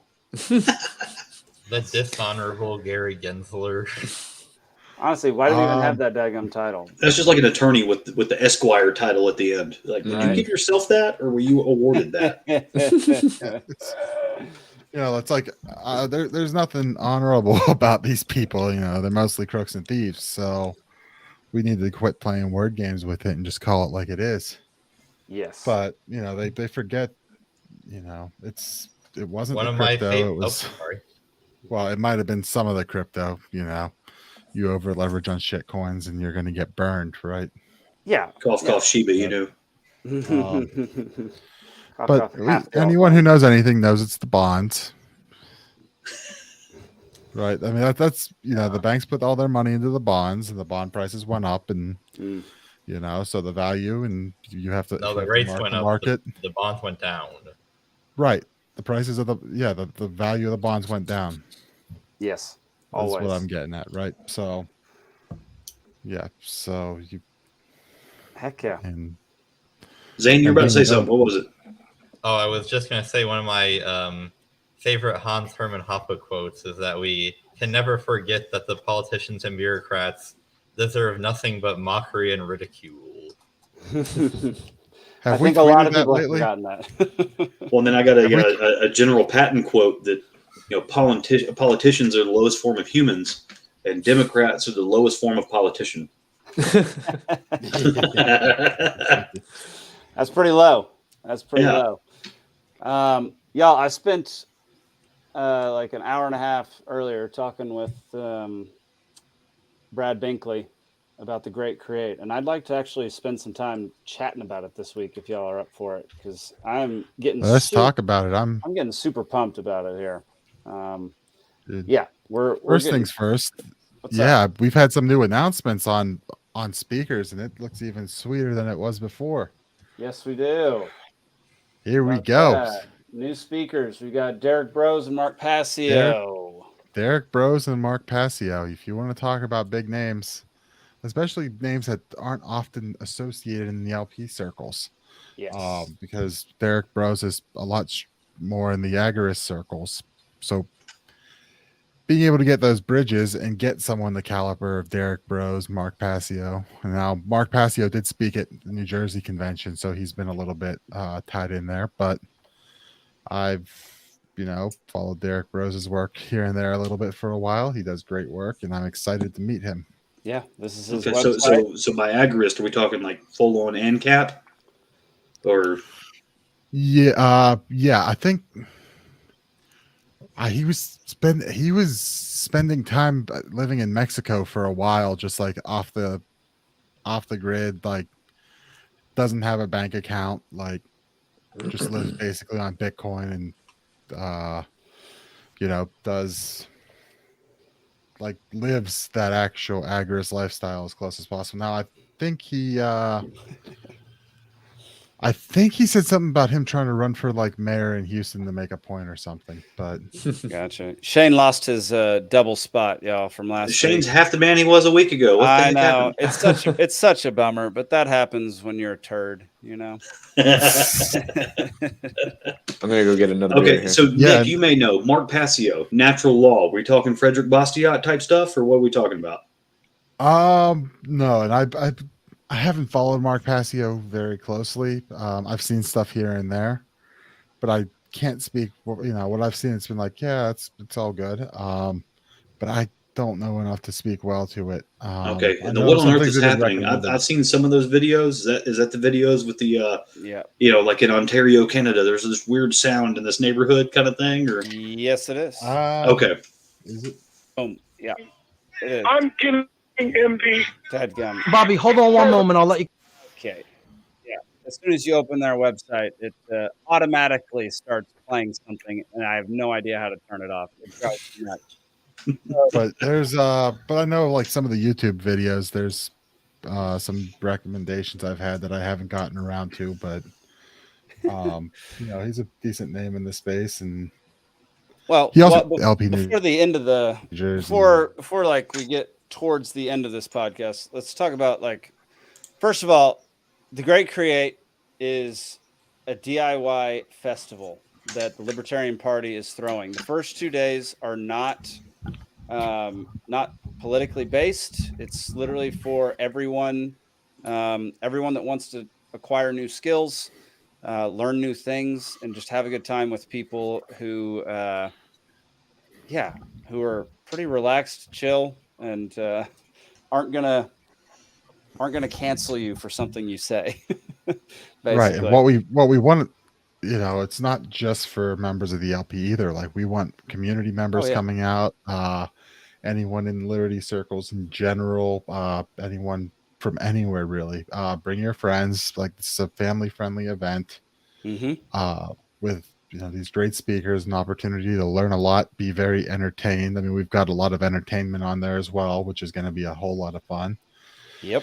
And this is the way that we kind of bridge that gap. There's the agorist side of things, which I completely sympathize with, and I think a lot of us do more than maybe some other people in the LP.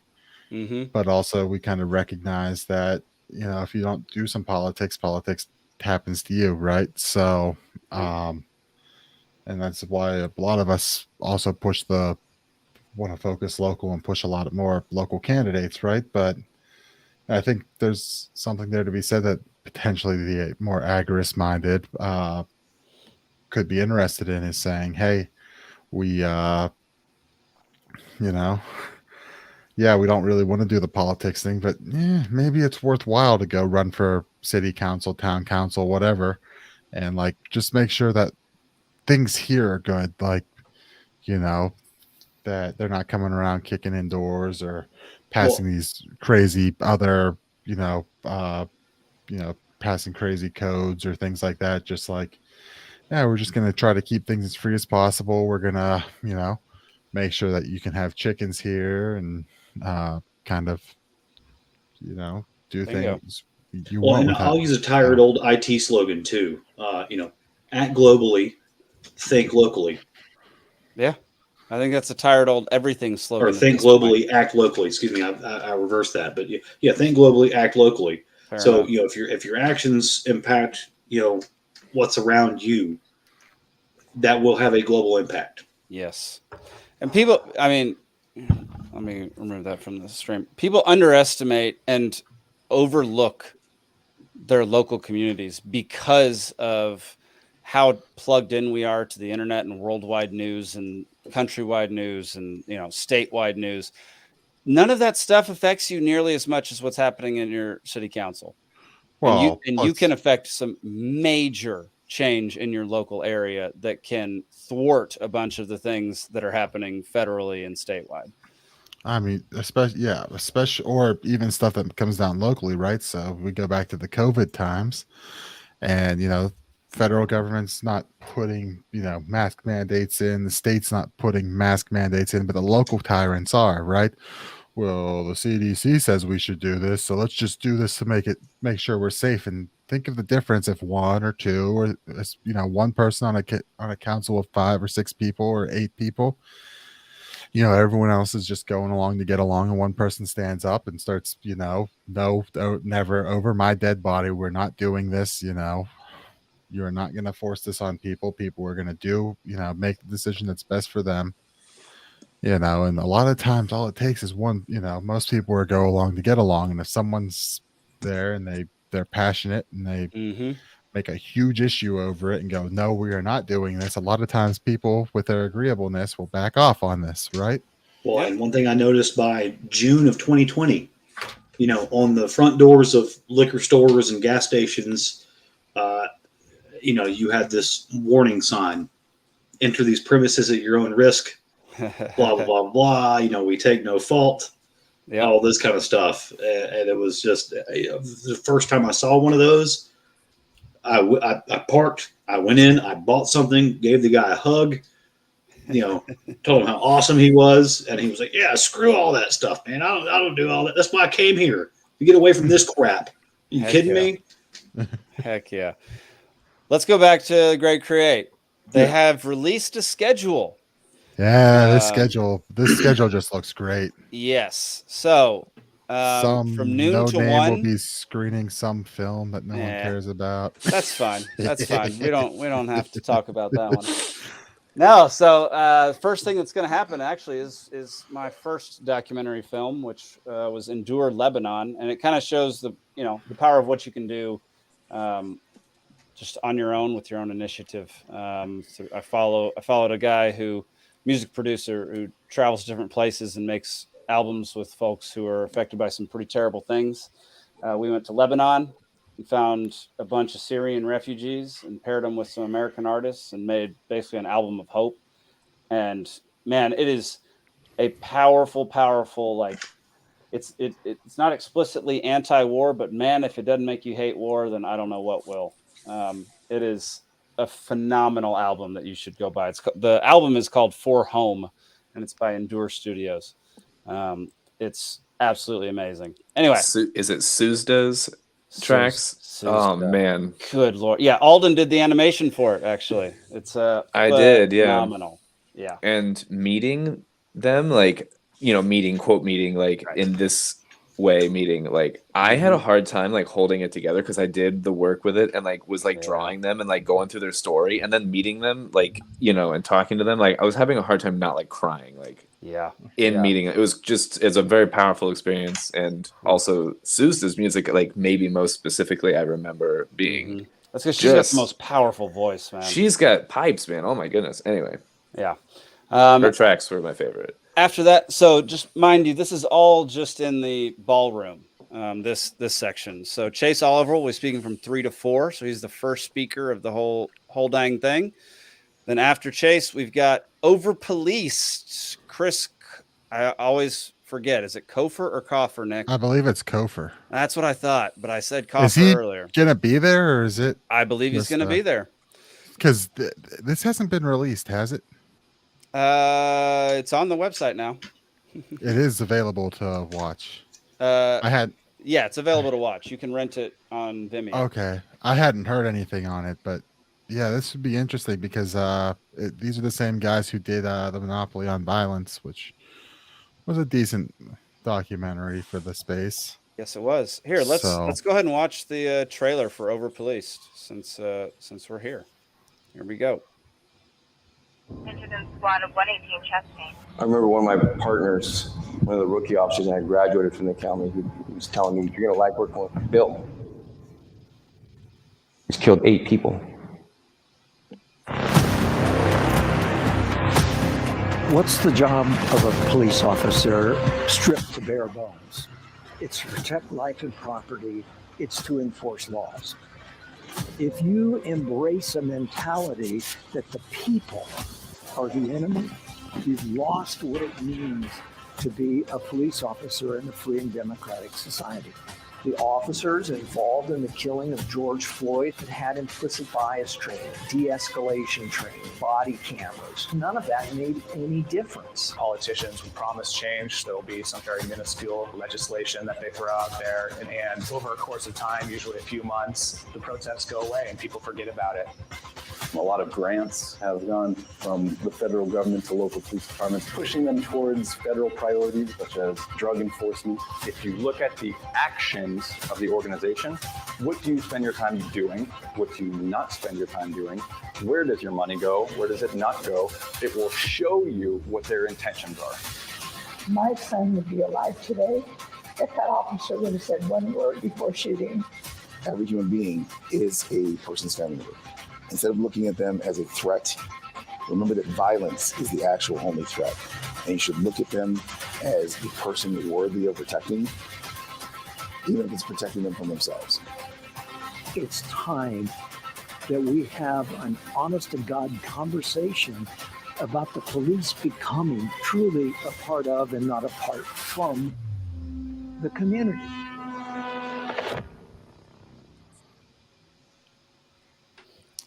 There we go. Looks pretty good. Looks pretty dang good. Yeah, so we'll be screening that from 4 to 6 on the opening day. Yeah, I think. Hey, we won't be too far from Houston County, which their entire narcotics unit was placed on administrative leave this week. What? Oh yeah. Interesting. Let's dive into this one a little bit at some point.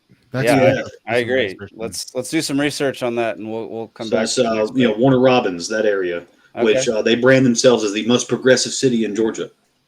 Okay. Well, Warner Robins? Yeah. They got a Buc-ee's there. Can't be that progressive. All right, and then our highlight speaker for day one is Derek Bros talking about Bitcoin, followed up by a live performance by the Bib City Ramblers. What else could you want? Derek Bros and Bitcoin and Bib City Ramblers, right? I mean, come on. And then, so that was in the main ballroom. That was in the main ballroom. This will be the Cafe Lounge, and this will be where all the workshops are. So Edgar Mills, awesome dude, Green Beret. Jake's interviewed him. Maybe we should get him on one of these streams at some point. Yeah, I think we should. He prefers to do it in person, so maybe he'll well, he doesn't have internet out there, right? Yeah, it's spotty. Or it's spotty. Yeah, same sort of Shane situation, but yeah. So he's going to be teaching him on one of these situational awareness for an hour, and then we've got Alan Carroll diving into mushrooms 101. I don't know how much y'all know about mushrooms, but holy crap. My wife has become a major nerd about mushrooms, and we're talking about like normal ones, not the magic kind, right? Talking about both. Okay. It's the magic type. So Nikki was walking through our backyard and just found a whole bunch of mushrooms, looked them up, and like they're all edible and like good for you and have like major medicinal value. Chanterelles are $20 a pound, homie. Yes, they are. Those chanterelles are crazy. We have some of them. There's a lot of restaurants that don't even ask questions, dude. You take them in with dirt still on them. Yep. They'll wash them off and everything. You can't grow them. You know, they have to be foraged in the wild. So that's why there's so much. And that's why they have some of these. I love that you know that, Alden. Yeah. That's awesome. Yeah, we found some wood ears, some split gills, and some oyster mushrooms. Oh, I love oysters. Yeah, they were delicious. I don't know what the other two are. Wood ears look like something you would never want to eat ever, but they're actually good. We put them in some ramen and they were great. I think I can identify morels and chicken morels in the are woods. Nice. And what? Chicken in the woods. Oh, that's good. All right. Then after that is board game presentation. Do y'all play board games at all? Oh, dude, I'm like hobby gamer. Yeah. Yes. Who plays Catan? Oh, yeah, of course. Yes. We played at the last convention. Oh yeah, that's right. We were up till like 2:00 in the morning. Yeah. We decided to start playing Catan at like midnight. What? We were like while we were playing and like trying to pack up the little goodie bags at the same time. Oh yeah. Catan is like probably my favorite game of all time. We play that regularly. Catan is one of the games that got me into like obscure games, like more into indie there games. Will be board gaming happening, so it's not just presentations there, but there will be it. board games to play. That's cool. Yeah. Mac, nerds. Yeah, shut up and go to bed, Mac. Yeah, there we go. Look, if you want to hear some vulgarity, get me involved in some sorry after midnight. Then we've got Kristen Hammock, who I had on the Free Georgia podcast, talking about goat dairies. Man, goats are some crazy freaking animals, and she told me all about them. And they're really cool, but they're really dumb as well. Oh, they're dumb. Like the ones that when you scare them, they freeze up and fall over. Oh, fainting. Oh, those are great. Fainting goats are great. I've seen those people have like security cams out in the country of like a UPS truck pulling up, and like, you know, the engine will pop and all the goats just freeze up and tip over right in front of it. I don't know why goats do this thing where they like will escape the yard and then they get out of the gate and then they just like cry like they want back in. Like, I don't know. I don't get it. That's pretty good. Sunday in the ballroom, we've got Mr. Mike Termott speaking first, and then we're screening my political documentary, Divide and Dominate, the one that we screened down in Fayetteville last week. We'll be screening it again. There will be a discount code yet again. Maybe it's Steve Hilton as a Fed. Maybe it's not. Oh, is my last name in it too? Yes, it is. Oh, wow. Okay. I had to differentiate you from all the other Steves. And by the way, I'm not related to the asshole on Fox News, and I am not kin to the guy that was cutting people's heads off on the Silver Comet Trail. All right. Well, there's no proof of that, but someone was cutting people's heads off on the Silver Comet Trail? And his name was Gary Hilton. Oh, geez. Your brother. Oh, I know that name. Brother. And Gary's my first legal name. So yeah. Is it really? Okay. The evidence is mounting. From Am 1 I to a 2. Fed or a Fed suspect? Hey, that's a good question. Congratulations. You can be both, You've been Ray gone. Epps. 1 to 2. All right. We've got Mr. Shane Hazel speaking from 1 to 2. John Mons from 2 to 3. I mean, back-to-back phenomenal speakers. Then we've got a block of short films. I'm narrowing it down. I have like 8 or 10 to choose from, and I'm Is that just whittling from it a down. variety of creators or Variety of what are we looking creators. Yeah, it'll be. They're all on theme for this festival. Like I'm not going to be showing any leftist propaganda at this thing, so you don't have to worry about that. It'll be a good variety. Man, I wanted to see Rachel Maddow. 5 to 6, we got Mr. Reed Coverdale, which I'm super excited about, and then 6 to 7, Mr. Derek Bros yet again. Then our what do they call love us back 2 days in a row, Derek Bros. You gotta love that. Stud. What do you call the keynote speaker? I guess would be Mr. Mark Passio. 7 to 8 on the last day of the festival, followed quickly by someone who's in the dadgum comments right now, Mr. Matt Carter, opening for Adam Nutter in a stand-up comedy show. That's which cool. he will have family-friendly comedy, from what I hear in the comments. Adam Nutter or Mac? Yeah, Mac is definitely super. Because I know family-friendly. I know Adam said I've seen him at probably 3 times at least at this point. Yeah, Adam Nutter has no filter. There's nothing family friendly about his set. Yeah. But yeah, I heard Mac's gonna be super family friendly, and oh yeah, he's there for the children. Actually, he doesn't. Yeah, he want any says adults Nate in the Bargatze room. is his role model. He doesn't cuss at all. Yeah, I'm lying. Yes, this is all sarcasm. For those listening and not understanding what sarcasm is. In the cafe lounge, we've got entrepreneurship panel with one of our own, Maxine Cox, Noah Hansen, and Jeff Graham. Do y'all know Noah Hansen and Jeff Graham? Any of y'all? No. Me neither. All right. Well, those weren't I think we went to different schools together. Okay. Perfect, Steve. Thanks. First I'm pretty aid sure training. we're both humans, actually. Okay. Good job, Alden. Bravo. Yeah. Dave Miller. So this guy was on the Free Georgia podcast. He's offering, I mean, me and Nikki are going to take one of his like trauma classes because I just think knowing some basic first aid and actually even a little more into the intermediate first aid is you tighten the tourniquet till the bleeding stops. No, you just put a tampon in the If you have kids and or stupid friends, this is phenomenal skill set to have in your pocket. Stupid friends, yeah. Or if you're building a house in the middle of nowhere by yourself for a full summer, then this is good stuff to know. Yeah. Composting, and I don't know what vermiculture is, but it sounds like something I don't want to know what it is. Like vermin, like little animals, rodents. Probably, but we should probably figure out what that is by attending. Yeah. Don't you want to know what vermiculture is? I'm interested now. Let's figure it out. I'm a fan of composting. I don't know what is this? Education? I'm not sure what this next one is. Alternative education panel. King Randall, also on the Free Georgia podcast. He is a rock star, man. I mean, who starts a school when they're 19 years old? That is bananas. He decided that is ridiculous. Public school system was garbage, started his own school. And mind you, it's a boarding school for boys.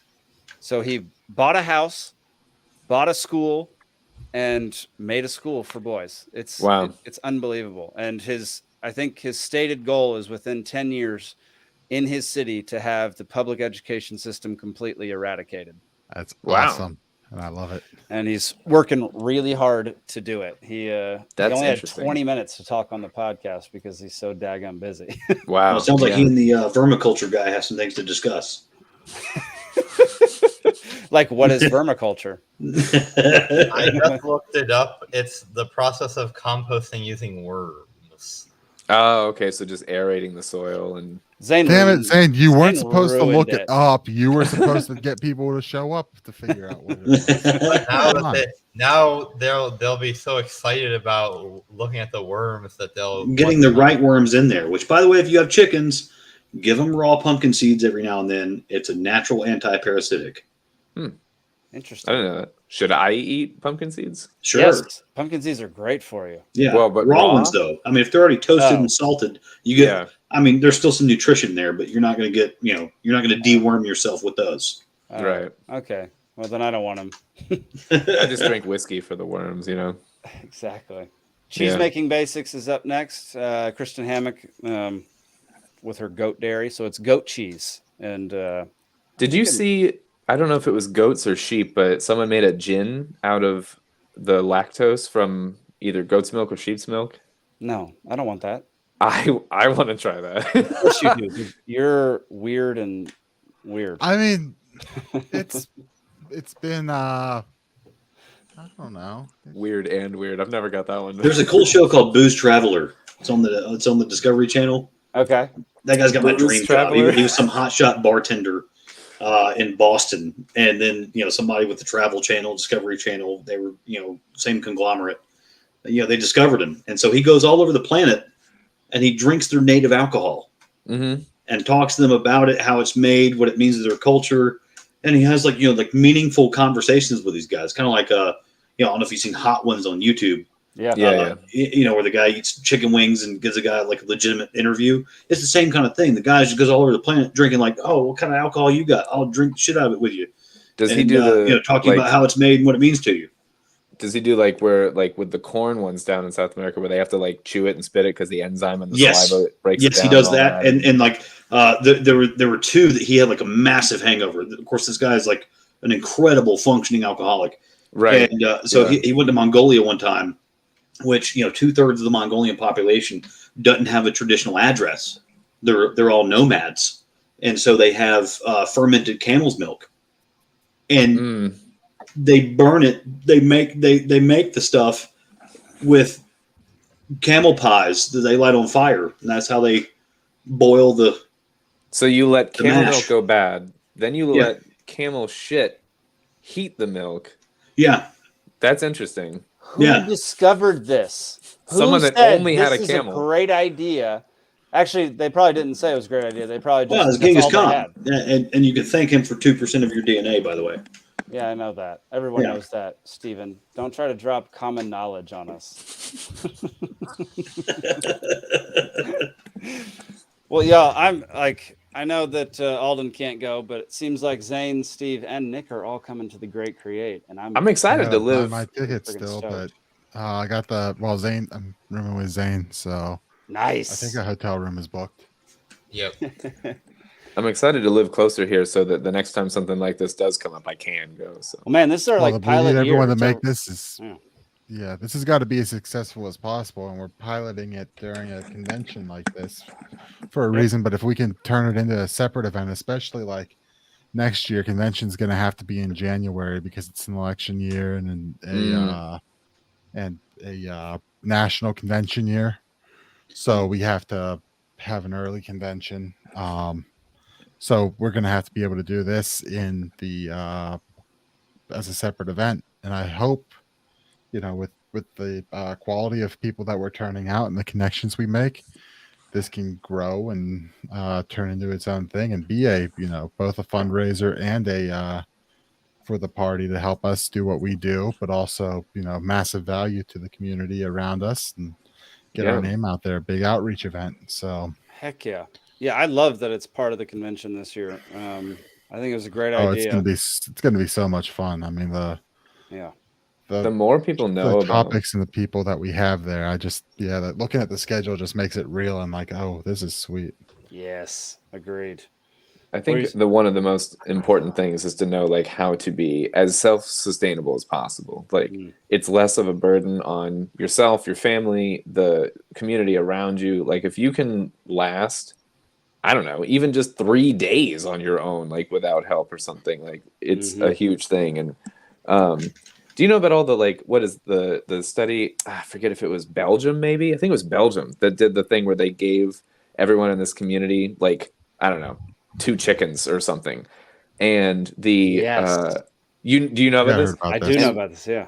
Yeah, and because they gave them all their like table scraps and things like that, and the amount of organic matter that was like freed up from the landfills was like it made more of an impact just giving people chickens on whether you're talking about like methane gas and like if you are worried about like carbon and like CO2 and methane and different things like that, this had more of an impact doing that than most other things that you could do. It saved an absurd amount of like production, especially of like egg crates and stuff like crates and shipping the eggs to people and things like that. Even just talking the eggs, it was a thing. Like at 5 different points, it was, and it was better for the bugs in the yard. They'll eat ticks or whatever. I don't know that they have ticks there, but they'll eat insects. Oh, we have ticks here. Yeah.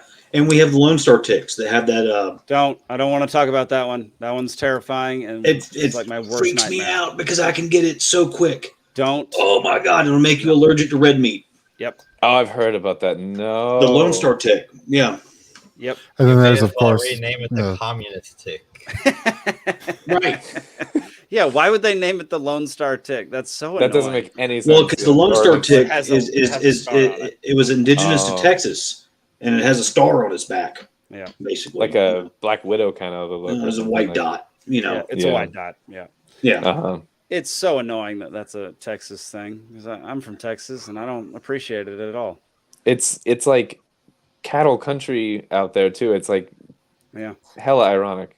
Yeah, really annoying. But it is. That's wild though that you become allergic to red meat. And and your reaction to the red meat can differ greatly from like interaction to interaction. So you can it ranges from headache to diarrhea to anaphylaxis. Yep. Wow. It's a I'm wide bringing an EpiPen to the steakhouse. I don't care. Amen. Amen, brother. Like I'm not, I've that's why God made life insurance. That's what I've already told my wife. Yeah, I can't. If I get allergic to red meat, that'd be rough. It's pretty much all I eat. I gotta, I don't know how much we want to get into like a whole different thing right now with guns and stuff, but I got a pellet gun, just an air rifle, just because one, they're fun. I love them. I grew up with them, and I mean, I got a bunch of guns, but you lost them in a boating accident, right? No. What is it? I keep saying this. Like, what is the story? That's what you say. So it's like a cover. Yeah. I'm gonna take a brief break. I'll be right back, fellas. Cool. Yeah. Yeah, it's like a cover. It's like I don't actually have them. They were lost in a boating accident. I got you. I just when I did have them. Right. Yeah. That I'll hold on to this one for later. Yeah. Yeah. You never want to reveal that you have more than 0 guns. All right. Well, then I have a number between 0 and many, guns. Like, Perfect. My buddy.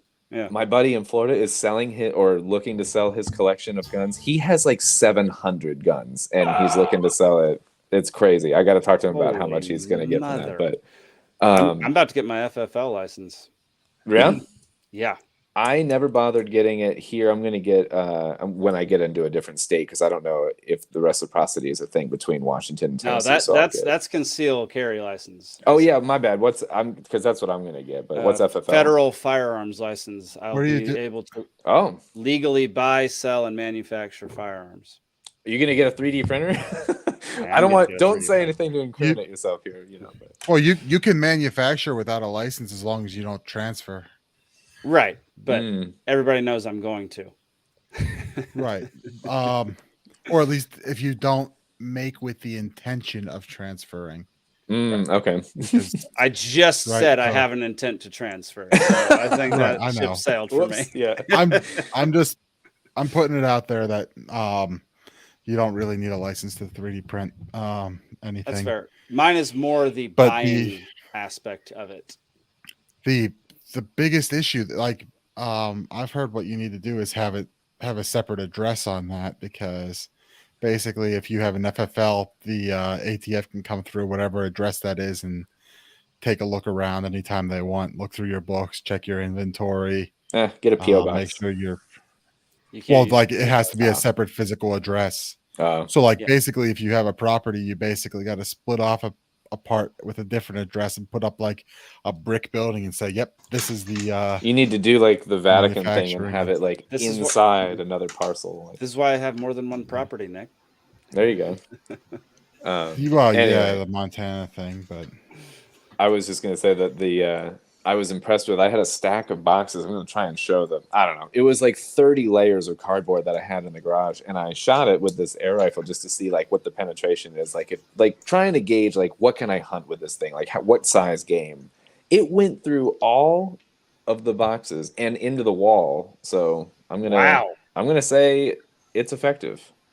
Wow. Okay, so you're gonna be able to, kill some small game with that. Definitely small. Well, game.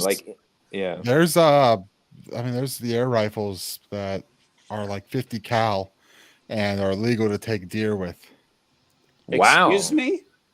50 cal air rifle. Okay. Well, look it up. I think it's something in my head's telling me it's like if you Google like big Texas air rifles or something. I don't know. I think that might be the site.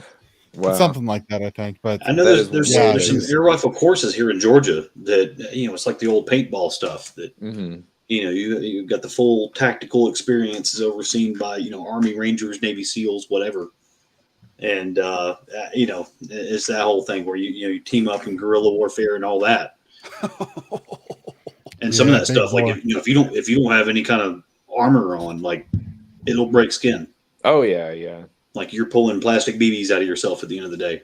I used to do airsoft, and you'd have to wear layers of clothing, otherwise it would really hurt or whatever. I mean, depending on your gun, but yeah, I was always more paintball than airsoft. But I did both. It's easier to play airsoft than paintball.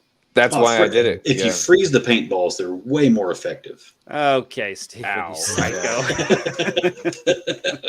Well, they're effective at hurting, but they are less effective at breaking and. We have to go into the Capitol, inside. Hey, 60 Minutes says that he's just a normal person who got caught up in the moment and didn't have anything to do with anything. That was the biggest crock of crap interview I've ever seen. Oh my gosh. Why even interview him? Like, why do that? I don't what's the game it here? Covers. It covers what? It runs cover. It runs cover. It's not cover though. It doesn't look like cover. Nothing about it made it seem. It's every bit of footage they showed made it look like he was the one leading the dadgum thing.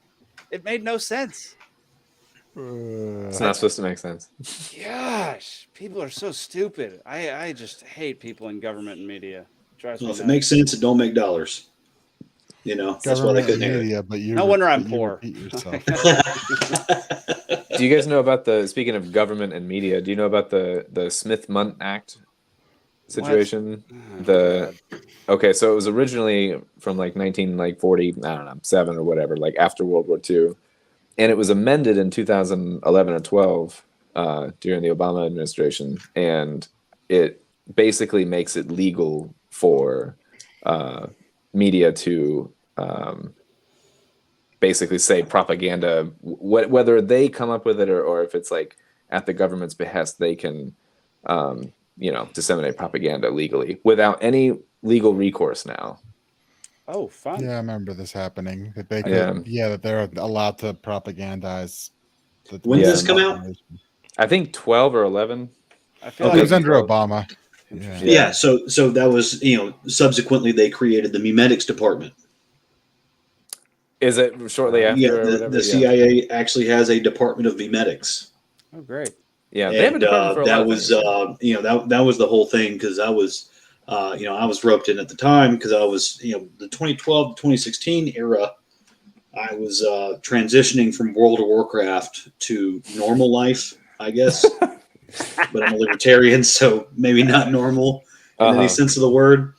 Right. So, the Kekistan community were my people, because that was, I was DPS leader for a top 5 PvP guild on a medium pop server.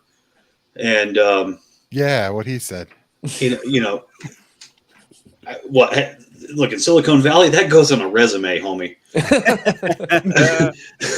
I mean, we did some raids. That means I could sit down with a case of Mountain Dew, and I could sit in a chair for 18 hours at a time with 15 people I've never met and achieve a common goal over 10 hours. You did more than government does. Amen. But so the Kekistan group arose out of those. They called themselves the Autistic Army, which I'm not really on the spectrum. What do you mean that's not what we are right now? Oh, sure, yeah. I miss the Kekistanis. That was a wild time. Amen. And I don't know if you ever saw the movie "I'm Gonna Get You, Sucker." That was one of Chris Rock's earlier movies too, in the early '90s. But that was the whole thing with it was a whole parody thing. Yeah. And they were like, "So what happened to the Black Panthers?" And he goes, "Well, we went in there, 1,000 strong, went in, locked the city down, and they came out with job applications. 3/4 of us got jobs that day, and we lost the movement." When the CIA created the memetics department, that's what I felt with Kekistan. I was like, that is there it goes. Oops. That's pretty dang funny. They're coming out with health benefits for making memes. Oh, dear God. There go the edgelords. I mean, nobody ever admits to being a propagandist, but that doesn't mean they're not doing it. Yeah, that's true. All the way back in World War One, I think both the U.S. and the U.K. had a department called the Committee for Public Information. It sounds like it's so innocuous. We're just providing you information, but 100% of it is propaganda. Yeah, information is a very broad term, even. Mac, I said that before Steve got on the stream. So no, I'm not older than Steve. I'm fairly certain. Wow, really? How old are you? 37. I'm 36. Oh, suck it. You should still know. So did you watch New Jack City? No. Okay. I know what it is though, but I didn't. There you go. So I'm Gonna Get You Sucker was just a few years before that. Okay. I was super sheltered. I watched nothing. It was Red Dawn every night. Dude, yes, it was Red Dawn a lot of the nights. I'm telling you. My first PG-13 or higher movie was Ferris Bueller's Day Off. Okay. That's a good one. It was great. Classic. It was great. I thought it was weird that he talked to the camera. I remember saying that to my mom. I was the fourth wall break. What is going on here? This is weird. It's like Deadpool before Deadpool. Yeah, it was like so Max less comment. I will say that Senator Rand Paul did disclose something that there was a Saudi royal family member that was living in Colorado at the time that had communique between the two, let's say pilots in training, great, whose passports we found. Oh, yeah, right. Those ones. Yeah. I like that people talk about, so the people that are more on the mainstream side of the 9/11 argument talk about the effect where if an explosion happens in a room and it blows out windows, and if there's loose papers in the room, the air current can carry the paper out the window without burning it first because the concussive force will push it out. That's a thing. But your passport is not just loose papers. It's always in your pocket or in your bag or something. Why would that just blow out of the window?